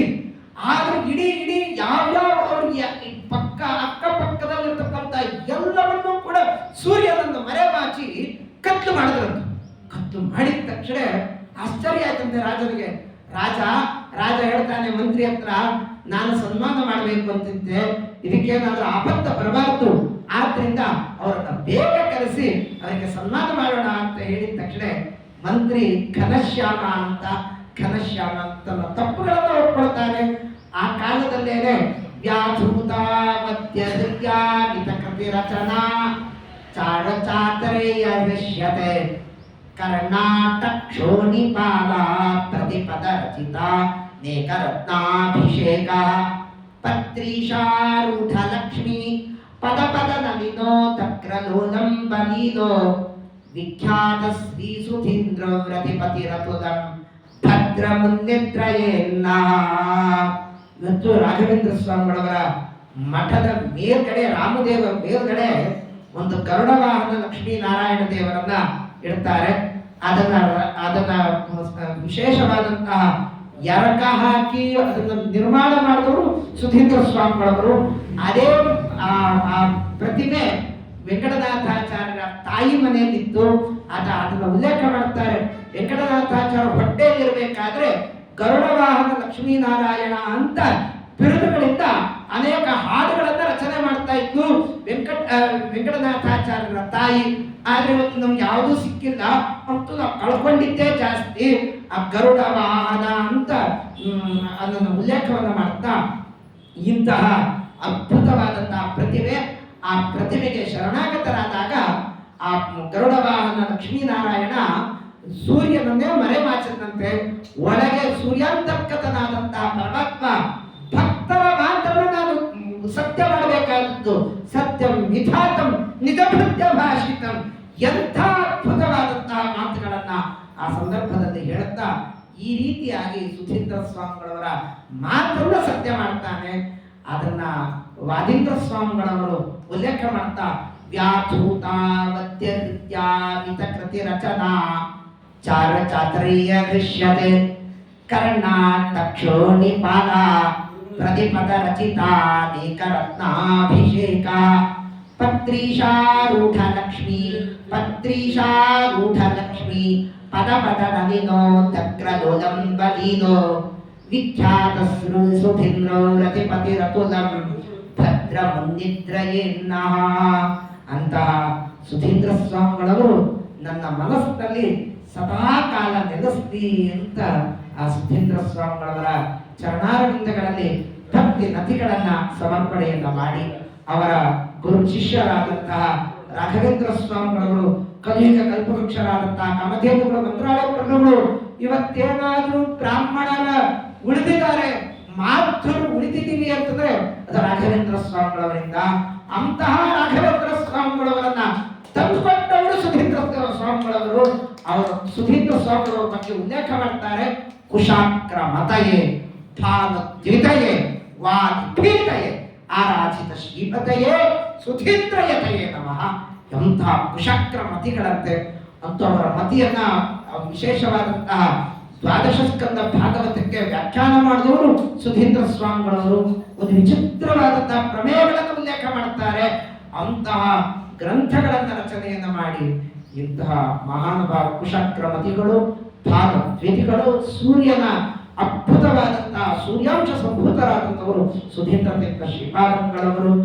ಕುಶಾಕ್ರಮತಯೇ ಭಾಗದ್ವೇತಯೇ ವಾದಿಭೀತಯೇ ಎಲ್ಲ ವಾದಿಗಳು ಅವರನ್ನು ನೋಡಿದ್ರೆ ಅಂಜುತ್ತಿದ್ರಂತೆ. ವಾದಿಭೀತಯೇ ಆರಾಧಿತ ಶ್ರೀಪತಯೇ ಸದಾ ಕಾಲ ಆ ಪರಮಾತ್ಮನನ್ನ ಆರಾಧನೆಯನ್ನ ಮಾಡ್ತಾ ಅವರ ಅಂತರ್ಗತನಾದಂತಹ ವಾದಿಭೀತಯೇ ಆರಾಧಿತ ಶ್ರೀಪತಯೇ ಸುಧೀಂದ್ರ ಯತಯೇ ನಮಃ. ಅಂತಹ ಸುಧೀಂದ್ರ ಸ್ವಾಮಿಗಳವರು ಅವರಿಗೆ ನಮಸ್ಕಾರ ಅಂತ ರಾಘವೇಂದ್ರ ಸ್ವಾಮಿಗಳವರು ಉಲ್ಲೇಖವನ್ನು ಮಾಡ್ತಾ ಇಂತಹ ಮಹಾನುಭಾವರು ಒಂದು ಕಡೆ ಸುಧೀಂದ್ರ ತೀರ್ಥರಾದ್ರೆ ಇನ್ನೊಂದು ಸತ್ಯಬೋಧ ತೀರ್ಥ ಶ್ರೀಪಾದಂಗಳವರ ಉಲ್ಲೇಖಗಳನ್ನು ಮಾಡಬೇಕಾಗಿದೆ. ಶ್ರೀ ಸತ್ಯಬೋಧೋ ನಿಜ ಕಾಮಧೇನು ಮಾಯಾತಮ ಖಂಡನ ಚಂಡ ಭಾನು ದುರಂತ ಪಾಪ ಪ್ರದಯೇ ಕೃಶಾನು ದೇಯಾತ್ಮವೇಷ್ಟಂ ಗುರುರಾಜಸೂನು. ಶ್ರೀ ಸತ್ಯಬೋಧೋ ನಿಧಿ ಪದಾಭಿಧಾನಃ ಸದಾ ವಿಶುದ್ಧಾತ್ಮಧಿಯಾ ಸಮಾನಃ ಸಮಸ್ತ ವಿದ್ಯುನ್ನಿಚಯ ಪ್ರಧಾನೋ ಧ್ಯೇಯಾತ್ಮವೇಷ್ಟಂ ವಿಬುಧಂ ದಧಾನಃ ರಮಾಧಿನಾಥಾರ್ಹಣವಾಣಿ ಜಾಮಿಃ ಸ್ವಭಕ್ತ ಸಂಪ್ರಾಪ್ತಿತ ದುಃಖಹಾನಿ ಲಸಸ್ತರೋಜಾರುಣ ನೇತ್ರ ಪಾಣಿ ಧ್ಯೇಯಂನವೇಷ್ಟಂ ಶುಭದೈಕವಾಣಿ. ವಿಶೇಷವಾಗಿ ಜಗನ್ನಾಥದಾಸರು ಪುಟ್ಟ ಹುಡುಗ 5 ವರ್ಷದ ಕಂದಮ್ಮ ಸತ್ಯಬೋಧರ ಹತ್ರ ಬರ್ತಾರೆ. ಇವತ್ತೇನು ವಿಶೇಷವಾದಂತಹ ಗ್ರಂಥ ಹರಿಕಥಾಮೃತ ಸಾರ ಮತ್ತು ಹರಿಕಥಾಮೃತ ಸಾರದ ಬಗ್ಗೆ ಒಂದು ಉಲ್ಲೇಖ ಮಾಡೋದನ್ನು ಮಾತ್ರ ಉಲ್ಲೇಖ ಮಾಡ್ತೀನಿ. ವರದೇಂದ್ರ ಸಾಹಿತ್ಯ ಮಂಡಳಿ ಅಂತ ಗೊರಬೇಡ ಹನುಮಂತರಾಯರು ಅಂತ ಮೊದಲು ಪಂಚ ಗ್ರಂಥಗಳನ್ನ ವ್ಯಾಖ್ಯಾನವನ್ನು ಮಾಡಿ ಪಂಚ ವ್ಯಾಖ್ಯಾನಗಳನ್ನು ರಚನೆ ಮಾಡಿದವರು ಜಾಡ್ಯ ಕೇಶವಾಚಾರ್ಯರು ಅಂತ ಪ್ರಸಿದ್ಧರಾದಂಥವರು. ಅವರು ಫಸ್ಟ್ ಎಡಿಟರ್. ಆ ಗ್ರಂಥಗಳ ಏನು ವ್ಯಾಖ್ಯಾನವನ್ನ ಹರಿಕಥಾಮೃತ ಸಾರಕ್ಕೆ ಮೊದಲು ಎಡಿಟರ್ ಆದವರು. ವ್ಯಾಸ ಸಿದ್ಧಾಂತ ಕೌಮುದಿ ಅಂತ ಭಾವಸೂಚನ ಅಂತ ಜಮಖಂಡಿ ವಾದರಾಜಾಚಾರ್ಯರ ಸಂಸ್ಕೃತ ವ್ಯಾಖ್ಯಾನ ಆಗಿರ್ಬೋದು, ಬೇರೆ ಬೇರೆ ವ್ಯಾಖ್ಯಾನಗಳಾಗಿರ್ಬೋದು, ಅದನ್ನ ಶೋಧನೆಯನ್ನ ಮಾಡಿ ಗೋರಬೇಡರಾಯರ ಕಾಲದಲ್ಲಿ ಇವತ್ತೇನು ಲಿಂಗಸೂಗುರು ಅಂತ ಏನ್ ಕರಿತೀವಿ ಅದರ ಅವರು ಹೇಗೆ ಆಸ್ತಿ ಇತ್ತು ಅಂತಂದ್ರೆ 100 ಎಕರೆ ನೀರಾವರಿ ಜಮೀನು ಅಂತೂ ಪುಸ್ತಕಕ್ಕಾಗಿ ಶ್ರೀಮದ್ ಆಚಾರ್ಯರ ಸಿದ್ಧಾಂತವನ್ನು ಉಳಿಸ್ಬೇಕು ಅಂತ ಸಲುವಾಗಿ ಏನು ದಾಸ ಸಾಹಿತ್ಯ ಏನಿದೆ ಆ ದಾಸ ಸಾಹಿತ್ಯ ಜಗತ್ತಿಗೆ ಕಾಣಬೇಕು ಅಂತ ಸಲುವಾಗಿ ತಮ್ಮ ಆಸ್ತಿ ಪಾಸ್ತಿಗಳನ್ನೆಲ್ಲ ಮಾರ್ಕೊಂಡು ಆ ಗ್ರಂಥಗಳನ್ನು ಉಳಿಸಿದವರು ಗೌರವೇಂದ್ರ ಹನುಮಂತರಾಯರು. ಎಂಥ ಮಹಾನ್ ಭಾವದ ಕೆಲಸ ಮಾಡ್ತಾರೆ. ಸೋಪೂರ್ ಪ್ರತಿ ಅಂತ ಇದೆ, ಇವತ್ತಿಗೂ ಐಜಿ ಕಡೆ ಹೋದ್ರೆ ಸೋಪೂರ್ ಪ್ರತಿ ಅಂತ ಕಾಣುತ್ತೆ. ಪ್ರತಿಗಳನ್ನು ಓದೋದ್ ಕಷ್ಟ ರೀ. ಎಂಥ ಅಂತೂ ಸಂಶೋಧಕನಾದಂಥವನಿಗೆ ಕೆಲವು ಕಷ್ಟ ಇರುತ್ತೆ. ಆ ಸಂಶೋಧಕನಿಗೆ ಅಂತೂ ಎಷ್ಟೋ ಸಲ ನನಗೆ ಕಣ್ಣಿಗೆ ಕಾಣಿಸದೇ ಇರಬೇಕಾದ್ರೆ ಏನಿಗೆ ಅರ್ಥ ಆಗಬೇಕು, ಅಂತೂ ಎಷ್ಟೋ ದಿವಸ ಊಟ ಹೋಗತ್ತೆ, ನಿದ್ದೆ ಹೋಗತ್ತೆ, ಅಂತೂ ಎಲ್ಲರ ಹತ್ರನು ಬಾಯಿ ಬಂದಂಗೆ ಬಯಸ್ಕೊಂತೀವಿ, ಇನ್ನೊಂದಾಗತ್ತೆ. ಆದ್ರೆ ಗೋರವರಾಯರು ಆ ಸೋಪು ಪ್ರತಿಯನ್ನ ತಾವು ಬಂದು ಇವತ್ತಿನ ತರ ಸ್ಕ್ಯಾನ್ ಪ್ರತಿ ಇಲ್ಲ, ಅವತ್ತೆಲ್ಲ ಹಸ್ತಪ್ರತಿಗಳನ್ನೇ ಓದಬೇಕು. ಹಸ್ತಪ್ರತಿಗಳನ್ನು ಓದಿ ಅದರಲ್ಲಿ ಏನಿದೆ, ಅದು ಯಾವ ಅಕ್ಷರ ಇದೆ, ಅದನ್ನ ಏನು ಅರ್ಥ ಮಾಡಬೇಕು, ಮೂಲ ಪ್ರತಿಗಳೇನಿದೆ, ಆ ಸಂಶೋಧನೆ ಏನು ಮಾಡಬೇಕು, ಆ ವಾಕ್ಯ ಏನಿದೆ, ಇದನ್ನ ಅರ್ಥ ಮಾಡಿಕೊಂಡು ಅದನ್ನ ಪ್ರಿಂಟ್ ಹಾಕ್ಸ್ಬೇಕು. ಎಷ್ಟು ಕೆಲಸ ಇರುತ್ತೆ. ಆದ್ರೆ ಆ ಸೋಂಪುರ್ ಪ್ರತಿ ಅಂತ ಕರೀತಾರೆ. ವಿಜಯಪ್ರಭುಗಳ ರಚನೆ ಮಾಡಿದ್ದು 4,25,000 ಕೃತಿಗಳು. ಪುರಂದರದಾಸರು ಹೇಳ್ತಾರೆ, ನಾನು ವಿಚಿತ್ರವಾದಂಥದ್ದು 5 ಲಕ್ಷದ ಹಾಡುಗಳನ್ನು ದೇವರಿಗೆ ಸಮರ್ಪಣೆ ಮಾಡ್ತೀನಿ ಅಂತ. ಆದ್ರೆ ನಾನು ಸಮರ್ಪಣೆ ಮಾಡಿದ್ದು 4,75,000. ಇನ್ನೂ 25,000 ಓದಿದೆ, ಇದನ್ನು ನೀನು ಮಾಡಬೇಕು. ಆದ್ರೆ ವಿಜಯಪ್ರಭುಗಳ ಇವತ್ತು ಉಳಿದಿತ್ತು ಸ್ವಲ್ಪ. ಆದ್ರೆ ಇಷ್ಟಿ ಯಾತಕ್ಕೆ, ಕಂಡ ಕಷ್ಟವ್ಯಾತಕ್ಕೆ, ದಿಟ್ಟ ಗುರುಗಳ ಪಾದ ಮುಟ್ಟಿ ಭಜಿಸಿರೋ ಅಂತ. ಅವರ ನಂತರದಲ್ಲಿ ಗೋಪಾಲದಾಸರು, ಗುರುಗೋಪಾಲದಾಸರು, ತಂದೆ ಗೋಪಾಲದಾಸರು, ಮುದ್ದು ಗೋಪಾಲದಾಸರು ಅಂತ ಅವರ ಕ್ರಮ. ಅಷ್ಟನ್ನು ಕೂಡ ಸೋಪುರ್ ಪ್ರತಿ ಎಂಬ ಪ್ರತಿ ಇದೆ. ಆ ಪ್ರತಿಯಲ್ಲಿ ಅದನ್ನ ಸಂಗ್ರಹವನ್ನು ಮಾಡ್ತಾರೆ. ಅದನ್ನ ಗೋರಬೇಟರಾಯರು ಅದನ್ನ ತಂದು ಲಿಂಗಸೂರಲ್ಲಿ ತಂದು ಅಲ್ಲೇನೆ ವರದೇಂದ್ರ ಸ್ವಾಮಿಗಳವರು ಪ್ರಾಣೇಶ ದಾಸರಿಗೆ ಬಂದಿರತಕ್ಕಂಥದ್ದು. ಜಗನ್ನಾಥದಾಸರು ಓದಿದ್ದೆಲ್ಲ ವರದೇಂದ್ರ ಸ್ವಾಮಿಗಳವರ ಹತ್ರ. ಇವತ್ತೇನು ಪೂರ್ಣ ಅಂತ ಕರಿತೀವಿ, ವಿಶೇಷವಾದಂತಹ ತ್ರಂಬಕ ಶಾಸ್ತ್ರಿಗಳ ಮನೆ, ಆ ಮನೆಯನ್ನೇ ವರದೇಂದ್ರ ಸ್ವಾಮಿಗಳವರಿಗೆ ಕೊಡ್ತಾರೆ. ಹಿಂದೆ ಒಂದು ದಿವಸ ಆರಾಧನೆ ಆಯ್ತು. ಜಯರಾಮಾಚಾರ್ಯರು ಅಂತ ಧೀರೇಂದ್ರ ತೀರ್ಥರು, ಆ ಧೀರೇಂದ್ರ ತೀರ್ಥರ ವಾಕ್ಯಾರ್ಥ ಪ್ರಭುಣ ರಾಮಶಾಸ್ತ್ರಿ ಅಂತ. ಆ ಪ್ರಭುಣ ರಾಮಶಾಸ್ತ್ರಿಗೂ ಜಯರಾಮಾಚಾರ್ಯರು ವಾಕ್ಯಾರ್ಥ ಆದಾಗ ಸ್ಫಾಜನ್ಯಾಯ ನಗೆ ಕಣಾದ ಮುನಗೆ ವಿದ್ಯೇಶಿ ವಿದ್ವಚ್ಚಯೇ ಪೂರ್ಣಂ ತೂರ್ಣಧಿಯೇ ಪುನಸ್ತನಕಯೇ ಸನ್ಯಾಸಿನಾಂ ಸಂಚಯೇ ಧೀರೇಂದ್ರ ಯತೀಂದ್ರ ಯೋಗಿ ವಿಷಯೇ ಯದ್ಯಾಪಿ ಕಲ್ಪತ್ರಯೇ ಅಂತ. ಆ ಧೀರೇಂದ್ರ ಸ್ವಾಮಿಗಳವರ ಹೆಸರು ಜಯರಾಮಾಚಾರ್ಯರು. ಆ ಜಯರಾಮಾಚಾರ್ಯರೆಲ್ಲ ವಿಶೇಷವಾದಂತಹ ಆ ಕಾಲದಲ್ಲಿದ್ದವರು. ಧೀರೇಂದ್ರ ಸ್ವಾಮಿಗಳವರು, ಸತ್ಯಬೋಧ ತೀರ್ಥರು, ಅವರೆಲ್ಲ ಆ ಕಾಲದಲ್ಲಿದ್ದವರು. ಹರಿಕಥಾಮೃತ ಸಾರದ ಸಂಪೂರ್ಣವಾಗಿ ನೋಡಿದವರು. ಹೊಸರೀತಿ ಕ್ಷೇತ್ರದಲ್ಲಿ ರಾಯರ ಧೀರೇಂದ್ರ ತೀರ್ಥರ ಬೃಂದಾವನದ ಮುಂದೆ 2 ದಾಸರ ವಿಶೇಷವಾದಂಥದ್ದಿದೆ. ಒಂದ್ ಕಡೆ ಗೋಪಾಲ ದಾಸರು, ಇನ್ನೊಂದ್ ಕಡೆ ಜಗನ್ನಾಥ ದಾಸರು. ಅಲ್ಲೆಲ್ಲ ಸೇರಿಕೊಂಡು ಚರ್ಚೆ ಮಾಡಿ ಅದ್ಭುತವಾದಂತಹ ವಿಚಾರಗಳು ಬಂದಿದ್ದು ಇದೇ ಅದ್ಭುತವಾದಂತಹ ಗ್ರಂಥ. ಅದು ಹರಿಕಥಾಮೃತ ಸಾರ. ನಾವು ಹರಿಕಥಾಮೃತ ಸಾರವನ್ನು ನೋಡ್ತೀವಿ, ಆದ್ರೆ ಅದು ಒಳಗೆ ಹೇಗಿದೆ ಅಂತಂದ್ರೆ ವೇದೋಕ್ತವಾದಂತಹ ಅನಂತ ಪ್ರಮೇಯಗಳು ಯಾವ ನೀವು ಎಲ್ಲೂ ಕಾಣಲ್ಲ. ವಿಚಿತ್ರವಾದಂತಹ ಭೋಜನ ಸಂಧಿ ವಿಚಾರ ಆಗಿರ್ಬೋದು, ದೈತ್ಯರ ತಾರತಮ್ಯ ಆಗಿರ್ಬೋದು. ಅಂತೂ ನಮ್ಗೆಲ್ಲ ಒಂದೊಂದ್ ಕಡೆ ತಾರತಮ್ಯ ಸಿಗತ್ತೆ. ಒಂದ್ ಕಡೆ ನಾರಾಯಣಾಚಾರ್ಯರು, ನಾರಾಯಣ ಪಂಡಿತಾಚಾರ್ಯರು ತಾರತಮ್ಯದ ಉಲ್ಲೇಖ ಮಾಡ್ತಾರೆ. ದೈತ್ಯ ತಾರತಮ್ಯದ ಬಗ್ಗೆ ಹೆಚ್ಚು ಉಲ್ಲೇಖ ಮಾಡಲ್ಲ. ಮಧ್ವಾಚಾರ್ಯರು ತಾತ್ಪರ್ಯ ನಿರ್ಣಯದಲ್ಲಿ ಅಲ್ಲದ ಉಲ್ಲೇಖ ಮಾಡ್ತಾರೆ, ಆದ್ರೆ ಅದರ ಉಲ್ಲೇಖ ಜಾಸ್ತಿ ಇಲ್ಲ. ಹರಿಕಥಾಮೃತ ಸಾರದಲ್ಲಿ ಅದು ಎಲ್ಲವನ್ನೂ ಕೂಡ ಉಲ್ಲೇಖ ಮಾಡ್ತಾರೆ. ತತ್ವಜ್ಞಾನ ಮುಕ್ತಿ ಭಾಗ ಸುಖಯಸಿ ಗುರು ಯೋಗ್ಯತಾ ತಾರತಮ್ಯ ನಾಗಚ್ಛೇ ವಿಶ್ವಬುದ್ಧಿ ತ್ರಿದವ ನಿರಯ ಭೂವಾಚರ ನಿತ್ಯ ಬದ್ಧ ತಾಮಿಶ್ರಾಂತಾದಿ ಕಾಖ್ಯೆ ತಮಸಿ ಸೋಬಲಂ ದುಃಖಯಸ್ಯನ್ಯಥಾಗ್ಧ ವಿಷ್ಣೋ ರಾಜ್ಯಾಭಿರಿಕ್ತ ಶ್ರುತಿಶತ ವಿಧಿಹ ಸಾಧಿಚಾಕರಣಯಾಮಃ. ತತ್ವಜ್ಞಾನದಿಂದ ಮೋಕ್ಷವನ್ನು ಪಡಿಬೇಕು. ಆ ತತ್ವಜ್ಞಾನಕ್ಕೆ ಅದ್ಭುತವಾದಂತಹ ಗ್ರಂಥ ಅದು ಹರಿಕಥಾಮೃತ ಸಾರ ಗ್ರಂಥ. ಅಂತೂ ವೇದೋಕ್ತವಾದಂತಹ ಅನಂತ ಪ್ರಮೇಯಗಳನ್ನ ಏಕತ್ರ ಸಂಗ್ರಹವನ್ನು ಮಾಡಿದವರು ಜಗನ್ನಾಥದಾಸರು. ಆ ಜಗನ್ನಾಥದಾಸರು ಓದಿತ್ಯಂತ ವರದೇಂದ್ರ ಸ್ವಾಮಿಗಳವರ ಹತ್ರ ಓದ್ಕೊಂಡು ಪುಟ್ಟ ಹುಡುಗ ಶ್ರೀನಿವಾಸಾಚಾರ್ಯರು, ನಾನು ಮಾನವೀಯವನಾದ್ರಿಂದಲೇನೆ ಆ ಶ್ರೀನಿವಾಸಾಚಾರ್ಯ ಉಲ್ಲೇಖ ಮಾಡ್ತಾರೆ. ಸತ್ಯಬೋಧ ನಿಂತಂತೆ ನಿಂತಿದ ತಕ್ಷಣ ಅವರು ಬಾಯಲ್ಲಿ ಶಬ್ದ ಬಂದಿದ್ದು ಈ ಪಂಚಪತಿ ಶ್ಲೋಕ. ಅದ್ಭುತವಾದಂತಹ ಏನು ಸತ್ಯಬೋಧ ತೀರ್ಥರ ಏನು ಶ್ಲೋಕ ಇದೆ, ಪಂಚಪತ್ತಿ ಅಂತ ಏನ್ ಕರೀತಾರೆ, ಆ ಪಂಚಪತ್ತಿಯನ್ನ ನಿರಂತರಂ ಯಸ್ತು ಪಠೇತಿ ಮಾಂ ಶುಭಾಂ ಶಿಶಿ ನಿವಾಸಾರ್ಪಿತ ಪಂಚಪತ್ತಿಂ ಅವರ ಅದ್ಭುತವಾದಂತಹ ಶ್ಲೋಕ. ಆ ಶ್ಲೋಕದಲ್ಲೇ ಉಲ್ಲೇಖ ಮಾಡ್ತಾರೆ. ಆ ಶ್ರೀನಿವಾಸಾಚಾರ್ಯರು ಜಗನ್ನಾಥದಾಸರು ಇನ್ನ ಜಗನ್ನಾಥ ವಿಠಲ ಅಂತ ಅಂಕಿತೋಪದೇಶವನ್ನು ಪಡೆದಿಲ್ಲ. ಪಡೆದೇ ಇರಬೇಕಾದ್ರೇನೆ ಶ್ರೀನಿವಾಸಾಚಾರ್ಯ ಮಾಡಿರ್ತಕ್ಕಂತಹ ಸ್ತೋತ್ರ ಅದು ಸತ್ಯಬೋಧ ತೀರ್ಥರ ಸ್ತೋತ್ರ. ಸತ್ಯಬೋಧ ತೀರ್ಥರ ಸ್ತೋತ್ರದ ಒಂದು ಅದ್ಭುತವಾದದ್ದು. ಆ ಸ್ತೋತ್ರದಲ್ಲಿ ಒಂದು ಉಲ್ಲೇಖ ಮಾಡ್ತಾರೆ. ತಸ್ಯ ಪ್ರಸೀದೆ ಗುರುರಾಜ ಹೃತ್ಕಃ ಸೀತಾ ಸಮೇತೋ ನಿತರಾಂ ರಘುತ್ತಮಃ ಶ್ರೀಮಧ್ವದುಗ್ಧಾಬ್ಧಿ ವಿವರ್ಧ ಚಂದ್ರಃ ಸಮಸ್ತ ಕಲ್ಯಾಣ ಗುಣೈಕ ಸಂಗ್ರಹ ನಿರಂತರಾರಾಧಿತ ರಾಮಚಂದ್ರೋ ಧ್ಯೇಯಂ ನಮೇಷ್ಟಂ ಸುಧಿಯಾಂ ಮಹೇಂದ್ರಃ ಭಕ್ತೇಷು ವಿನ್ಯಸ್ತ ಕೃಪಾ ಕಟಾಕ್ಷೋ ದುರ್ವಾದಿ ವಿದ್ರಾವಣ ದಕ್ಷ ದೀಕ್ಷಃ ಸಮೀತಾರ್ಥಾರ್ಪಣ ಕಲ್ಪ ವೃಕ್ಷೋ ಧ್ಯೇಯಂ ನಮೇಷ್ಟಂ ಕೃತ ಸರ್ವರಕ್ಷಃ.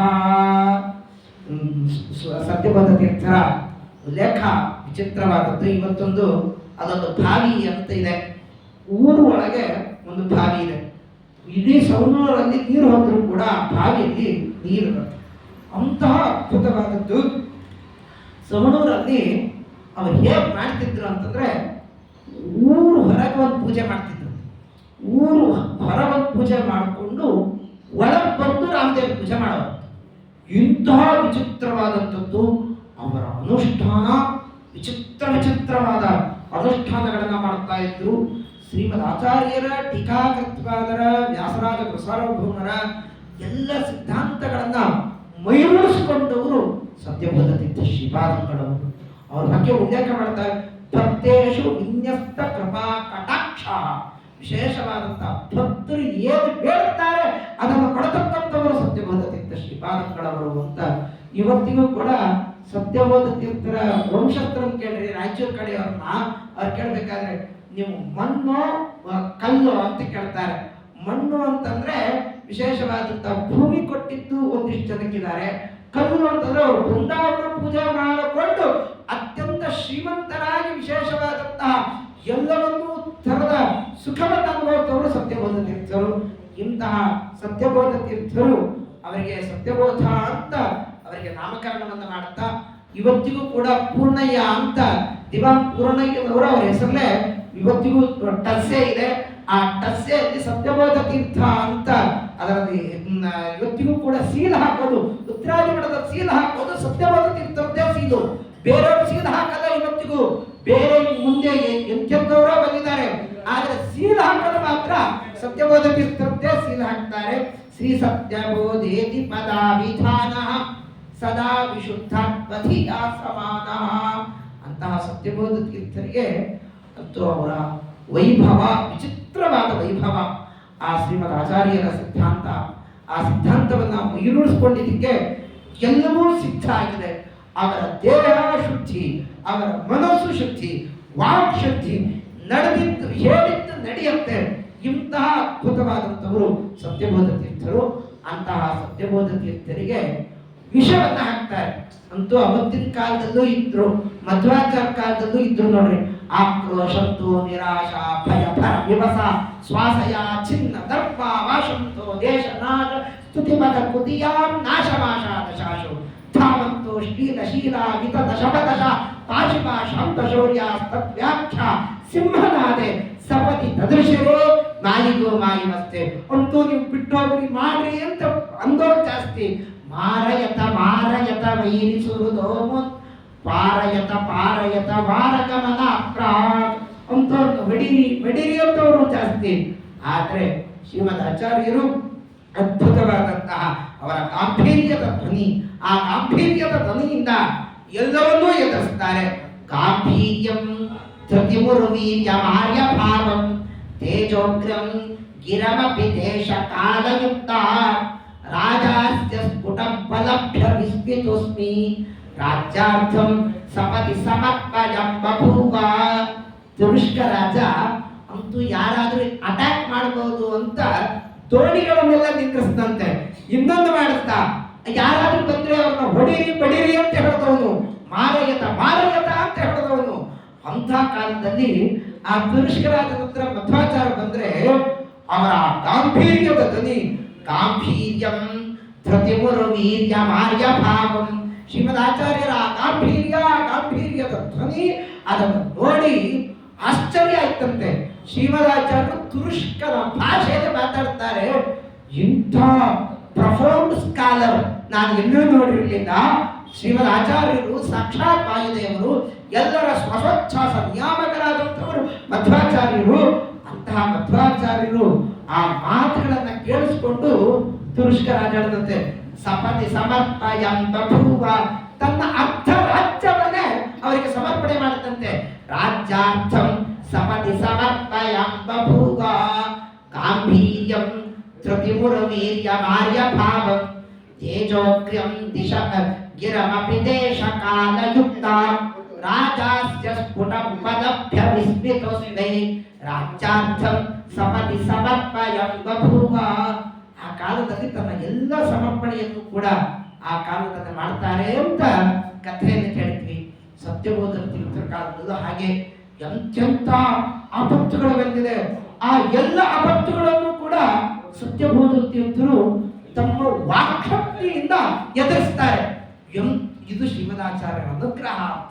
ಇದು ಶ್ರೀಮದಾಚಾರ್ಯ ನನ್ನ ಮೇಲೆ ಮಾಡಿರ್ತಕ್ಕಂಥ ಅನುಗ್ರಹ. ಎಂತೆಂಥ ಆಪತ್ತುಗಳನ್ನೆಲ್ಲ ಪರಿಹಾರ ಮಾಡಿಕೊಂಡು ಆ ವೈಭವದ ರಾಮದೇವರ ಪೂಜೆಯನ್ನು ಮಾಡಿದವರು ಸತ್ಯಬೋಧ ತೀರ್ಥ ಶ್ರೀಪಾದಂಗಳವರು. ಅಂತಹ ಸತ್ಯಬೋಧ ತೀರ್ಥ ಶ್ರೀಪಾದಂಗಳವರಿಗೆ ಅಂತೂ ಕುಯ್ಯಕಗಳು ಅವತ್ತಿನ ಕಾಲದಲ್ಲಿಂದಲೂ ಇದ್ದಾರೆ, ಇವತ್ತು ಇದ್ದಾರೆ, ಎಲ್ಲ ಕಾಲದಲ್ಲೂ ಇರ್ತಾರೆ.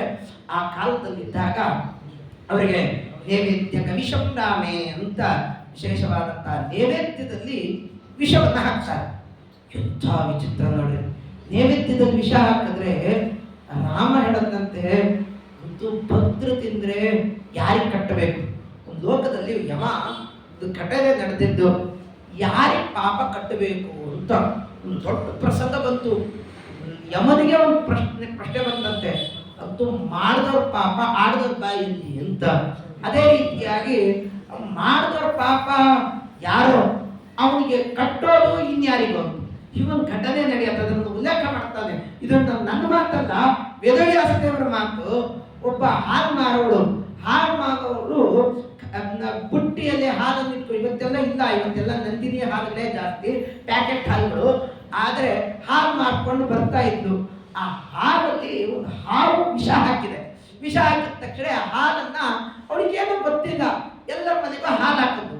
ಹಾಲು ಹಾಕಿದ ಮೇಲೆ ಎಲ್ಲರೂ ಕೂಡ ಇದ್ದಕ್ಕಿದ್ದಾಗೆ ಒಂದಿಷ್ಟು ದಿವಸ ಆದ್ಮೇಲೆ ಸಾಯ್ಲಿಕ್ಕೆ ಪ್ರಾರಂಭ ಆದ್ರು. ಯಾಕೆ ಸತ್ರು ಅಂತಂದ್ರೆ, ಅಲ್ಲ ಹಾಲು ಕುಡ್ದಿದ್ದಕ್ಕೆ ಸತ್ರು. ಹಾಗಾದ್ರೆ ಪಂಚಾಯತ್ ಸೇರಿಸ್ರಂತೆ. ಪಂಚಾಯತ್ ಸೇರಿದ್ಮೇಲೆ ಯಾರು ಇವಳಿಗೆ ಹಾಲು ಇಲ್ಲ, ನನಗೇನು ಗೊತ್ತಿಲ್ಲ, ನನಗೆ ಡೈಲಿ ಹೇಗೆ ಹಾಲು ಹಾಕ್ತಿದ್ನೋ ಹಾಲು ಹಾಕಿದೆ, ಹಾಲಲ್ಲಿ ಏನು ಸೇರಿದ್ಯೋ ನನಗೆ ಗೊತ್ತಿಲ್ಲ. ಕೊನೆಗೆ ಇವಳಿಗೂ ಗೊತ್ತಿಲ್ಲ, ಇವಳಿಗೆ ಶಿಕ್ಷೆ ಕೊಡ್ಲಿಕ್ಕೆ ಆಗಲ್ಲ. ಏನು ಹಾವಿಗೆ ಶಿಕ್ಷೆ ಕೊಡೋಣ ಅಂದ್ರೆ ಹಾವು ಕೈಗೆ ಸಿಗಲ್ಲ, ಯಾರಿಗೆ ಕೊಡಬೇಕು? ಕೊನೆಗೆ ಯಮ ಹೇಳತ್ತಂತೆ, ಯಾರ್ಯಾರು ಇವು ಬೇಕಂತನೇ ಮಾಡಿದಾಳೆ, ಇವಳು ಮಾಡಿದ್ದೇ ತಪ್ಪು ಅಂತ ಯಾರು ಅಂತಾರ, ಅವ್ರು ಅಂದವ್ರಿಗೆಲ್ಲ ಪಾಪ ಕಟ್ರಿ ಅಂತ, ಅವ್ರನ್ನೆಲ್ಲ ಕರ್ಕೊಂಡು ಬಂದು ಅವ್ರಿಗೆ ಶಿಕ್ಷೆ ಕೊಡ್ರಿ ಅಂತ. ಅಂತೂ ಸತ್ಯಬೋಧ ತೀರ್ಥರಿಗೆ ನೈವೇದ್ಯ ಕವಿಶಂರಾಮೆ ಅಂತ ನೈವೇದ್ಯದಲ್ಲಿ ವಿಷ ಹಾಕಿದ್ರು. ಸತ್ಯಬೋಧ ತೀರ್ಥರು ಕಟ್ಟಿಬಿಡ್ತಾರೆ. ಅದಾಗಬಾರದು. ಆಕ್ರೋಶಂತೋ ನಿರಾಶ ಭಯ ಭರ ವಿಮಸ ಶ್ವಾಸಯ ಚಿನ್ನ ದರ್ಪ ಭಾಷಂತೋ ದೇಶ ನಾಶ ಸುದಿಪದ ಕುತಿಯಾಂ ನಾಶಮಾಶಾದ ಶಾಶು ಧಾವಂತೋ ಶ್ರೀಲಶೀಲ ವಿತತ ಶಪತಶ ಪಾಶಿಪಾಶಾಂತ ಶೌರ್ಯ ತದ್ವ್ಯಾಖ್ಯಾ ಸಿಂಹನಾದೆ ಸಪದಿ ತದೃಶಿರೆ ಮಾಯಿಗೋ ಮಾಯಿ ವಸ್ತೆ. ಸಿಂಹನಾದೆ, ಸಿಂಹದಂತೆ ಗರ್ಜನೆಯನ್ನ ಸತ್ಯಬೋಧ ತೀರ್ಥರು ಮಾಡ್ತಾ ಆ ಕಾಲದಲ್ಲಿ ಆ ವಿಷ ರಾಮನ ಕಂಠದಲ್ಲಿ ಸೇರ್ತಂತೆ. ಆ ರಾಮನ ಕಂಠದಲ್ಲಿ ಇದು ನನಗೆ ವಿಷ ಬರಲಿ ಅಂತ ವಿಷವನ್ನು ಸ್ವೀಕಾರ ಮಾಡ್ತಾರೆ. ಆ ವಿಷ ಸ್ವೀಕಾರ ಮಾಡಿದ್ರೆ ಜನರು ಸಾಯಬಾರದು, ಜನರು ಬದುಕಬೇಕು. ಆದ್ರಿಂದಲೇ ಭಕ್ತರಿಗೆ ಅವರು ಅದ್ಭುತರಾದಂಥವರು. ಆ ನೈವೇದ್ಯದಲ್ಲಿ ಹಾಕಿರತಕ್ಕಂತಹ ವಿಷವನ್ನ ರಾಮ ಮತ್ತೆ ವಿಶೇಷವಾದಂತಹ ಸತ್ಯಬೋಧ ಶ್ರೀಪಾದಗಳವರು ತಾವು ಸ್ವೀಕಾರ ಮಾಡಿ ಆ ವಿಷವನ್ನ ಅದನ್ನು ಉಪಶಮನ ಆಗಬೇಕಾಗಿದೆ. ಆ ಉಪಶಮನಕ್ಕಾಗಿ ಒಂದು ಪಥ್ಯವನ್ನ ಹೇಳ್ತಾರೆ. ಏನ್ ಪಥ್ಯ ಅಂತಂದ್ರೆ, ಕ್ರಮ ಇದೆ ಅಂತಂದ್ರೆ ಬೆಳಗ್ಗಿಂದ ಉಪವಾಸ ಇರಬೇಕು, ರಾತ್ರಿ ಹೊತ್ತು ನೀವು ಸ್ವೀಕಾರ ಮಾಡಬೇಕು. ಆದರೆ ಸತ್ಯವಾದ ತೀರ್ಥರು ಅವರು ಸನ್ಯಾಸಿಗಳಾದ ಮೇಲೆ ಒಂದು ಕ್ರಮ ಇದೆ. ಲೋಕದಲ್ಲಿ ವ್ಯಾಸರಾಜರ ಪ್ರತಿಷ್ಠಿತವಾದಂತಹ ಪ್ರಾಣದೇವರಿದ್ದಾರೆ. ಆ ವ್ಯಾಸರಾಜರ ಕಾಲದಲ್ಲಿ ಕೃಷ್ಣದೇವರಾಯನಿಗೆ ಪಾಠ ಹೇಳ್ತಿದ್ರು ಅಂತ ಉಲ್ಲೇಖ ಇದೆ. ಸೋಮನಾಥ ಕವಿ ಅಂತ ಒಬ್ಬ ಬೌದ್ಧ ಭಿಕ್ಷು ಒರಿಸ್ಸಾ ಪ್ರಾಂತಕ್ಕೆ ಬಂದಿರ್ತಾನೆ. ಅಲ್ಲಿ ವಿಶೇಷವಾದಂತಹ ವ್ಯಾಸರಾಜರನ್ನ ನೋಡ್ತಾನೆ. ವ್ಯಾಸರಾಜರವರು ಹೇಗಿದ್ರು ಅಂತಂದ್ರೆ ತಲೆ ಮೇಲೆ ಒಂದು ದೇವರ ಪೆಟ್ಟಿಗೆ ಕೊಟ್ಕೊಂಡು ಕೃಷ್ಣದೇವರಾಯನ ಸುತ್ತಲೂ ಓಡಾಡ್ತಿದ್ರಂತೆ. ಅವ್ರು ಓಡೋ ಸ್ಪೀಡ್ ನೋಡಿ ಸೋಮನಾಥ ಕವಿ ಉಲ್ಲೇಖ ಮಾಡ್ತಾನೆ, ಇವ್ರು ಏನು ಓಡಾಡ್ತಾ ಇದಾರಲ್ಲ, ಈ ವ್ಯಕ್ತಿ ತಾಯಿಯ ಎದೆ ಹಾಲನ್ನು ಕುಡಿದೇವೆ, ಹೀಗೆ ಬೆಳೆದಿದ್ದಕ್ಕೆ ಹೀಗೆ ಮಾಡ್ಲಿಕ್ಕೆ ಸಾಧ್ಯ ಅಂತ ರಣಾಂಗದಲ್ಲಿ ಅಮೃತಾಭಿಷೇಕವನ್ನು ಮಾಡಿದವರು ವ್ಯಾಸರಾಜ ಪ್ರಸಾರವರು. ಆ ವ್ಯಾಸರಾಜ ಪ್ರಸಾರವರು ಹೇಳ್ತಾರೆ, ಕೃಷ್ಣದೇವರಾಯನಿಗೆ ಪಾಠ ಹೇಳ್ಕೊಟ್ಟವರು, ಅಸ್ತ್ರ ಪಾಠ ಹೇಳ್ಕೊಟ್ಟವರು ಅಲ್ಲ. ಸನ್ಯಾಸಿಗಳಾದಂಥವ್ರು ಅಸ್ತ್ರ ಪಾಠನೇ ಮಾಡ್ಲಿಕ್ಕಿಲ್ಲ ಅಲ್ಲ. ಅವ್ರು ಬೇಕಿದ್ರೆ ನೀರು ಸೇರ್ಕೊಂಡು ಬೆಂಕಿ ಹಚ್ಕೊಂಡು ಊಟ ಮಾಡ್ಲಿಕ್ಕಿಲ್ರಿ. ಆದ್ರೆ ಇನ್ಯಾರೋ ಶಿಷ್ಯ ಇರಬೇಕು, ನೀರು ಕಾಯಿಸಿ ಹಾಕಬೇಕು, ಊಟಕ್ಕೆ ಇನ್ನೊಬ್ಬ ಮಾಡಿ ಹಾಕಬೇಕು. ಇಂಥ ಕಾಲ ಬರುತ್ತೆ. ಆದ್ರೆ ವ್ಯಾಸರಾಜ ಪ್ರಸಾರರು ಅವರ ಪಾಠ ಹೇಳ್ತಿರ್ಬೇಕಾದ್ರೆ ಮೇಲೊಂದು ಕ್ಯಾಪ್ ಹಾಕ್ತಿದ್ರಂತೆ, ದಂಡಕ್ಕೆ ಕ್ಯಾಪ್ ಹಾಕ್ತಾರೆ. ಅಂತೂ ಇವತ್ತೆಲ್ಲ ಪೆನ್ ಕ್ಯಾಪ್ಗಳು ಅಂತ, ಪೆನ್ ಹಳೆ ಕಾಲದಲ್ಲಿ ಪೆನ್ಗೆ ಕ್ಯಾಪ್ ಅಂತ ಬರ್ತಿತ್ತು, ದಂಡಕ್ಕೊಂದು ಕ್ಯಾಪ್ ಹಾಕಿದ್ರಂತೆ. ಆ ಕ್ಯಾಪ್ ಅನ್ನು ಬೆಳ್ಳಿ ಕ್ಯಾಪ್, ಒಂದು ಕೆಲವೊಂದು ಬೆಳ್ಳಿ ಕ್ಯಾಪ್ ಹಾಕಿದ್ರಂತೆ. ಕೃಷ್ಣದೇವರಾಯ ಹೇಳಿದ್ರಂತೆ, ನಾನು ದಂಡ ತಿರುಗಿಸ್ತೀನಿ, ನೀನು ಕತ್ತಿಯನ್ನು ತಿರುಗಿಸು ಅಂತ. ಹೀಗೆ ಪಾಠ ಮಾಡಿಕೊಟ್ಟವರು ವ್ಯಾಸರಾಜ ಪ್ರಸಾರರು. ಅಂತಹ ಪ್ರಹ್ಲಾದ ಅವತಾರಸು ಅಹಿಂದ್ರಾದ ಪ್ರವೇಶವಾನ್ ತೇನ ತತ್ಸೇವಿನಾಂದ್ರುಡ ಸರ್ವವೇದ ಭವೆ ಧ್ರುವಂ ಅಂತ ಅಂತಹ ವ್ಯಾಸರಾಜ ಪ್ರಸಾರರು ಅದನ್ನು ಮಾಡಿದರು. ಸತ್ಯವಾದ ತೀರ್ಥರ ಕಾಲದಲ್ಲಿ ಅದು ವಿಶೇಷವಾದಂತಹ ಬೇರೆಯವರಿಗೆ ಅದು ದೊಡ್ಡವಾದ್ದು ಅಂತ ರಾಮನ ಕಂಠದಲ್ಲಿ ತಮ್ಮ ಹೊಟ್ಟೆಯಲ್ಲಿ ತಾವು ವಿಷವನ್ನು ಸ್ವೀಕಾರ ಮಾಡಿದ್ದಾರೆ.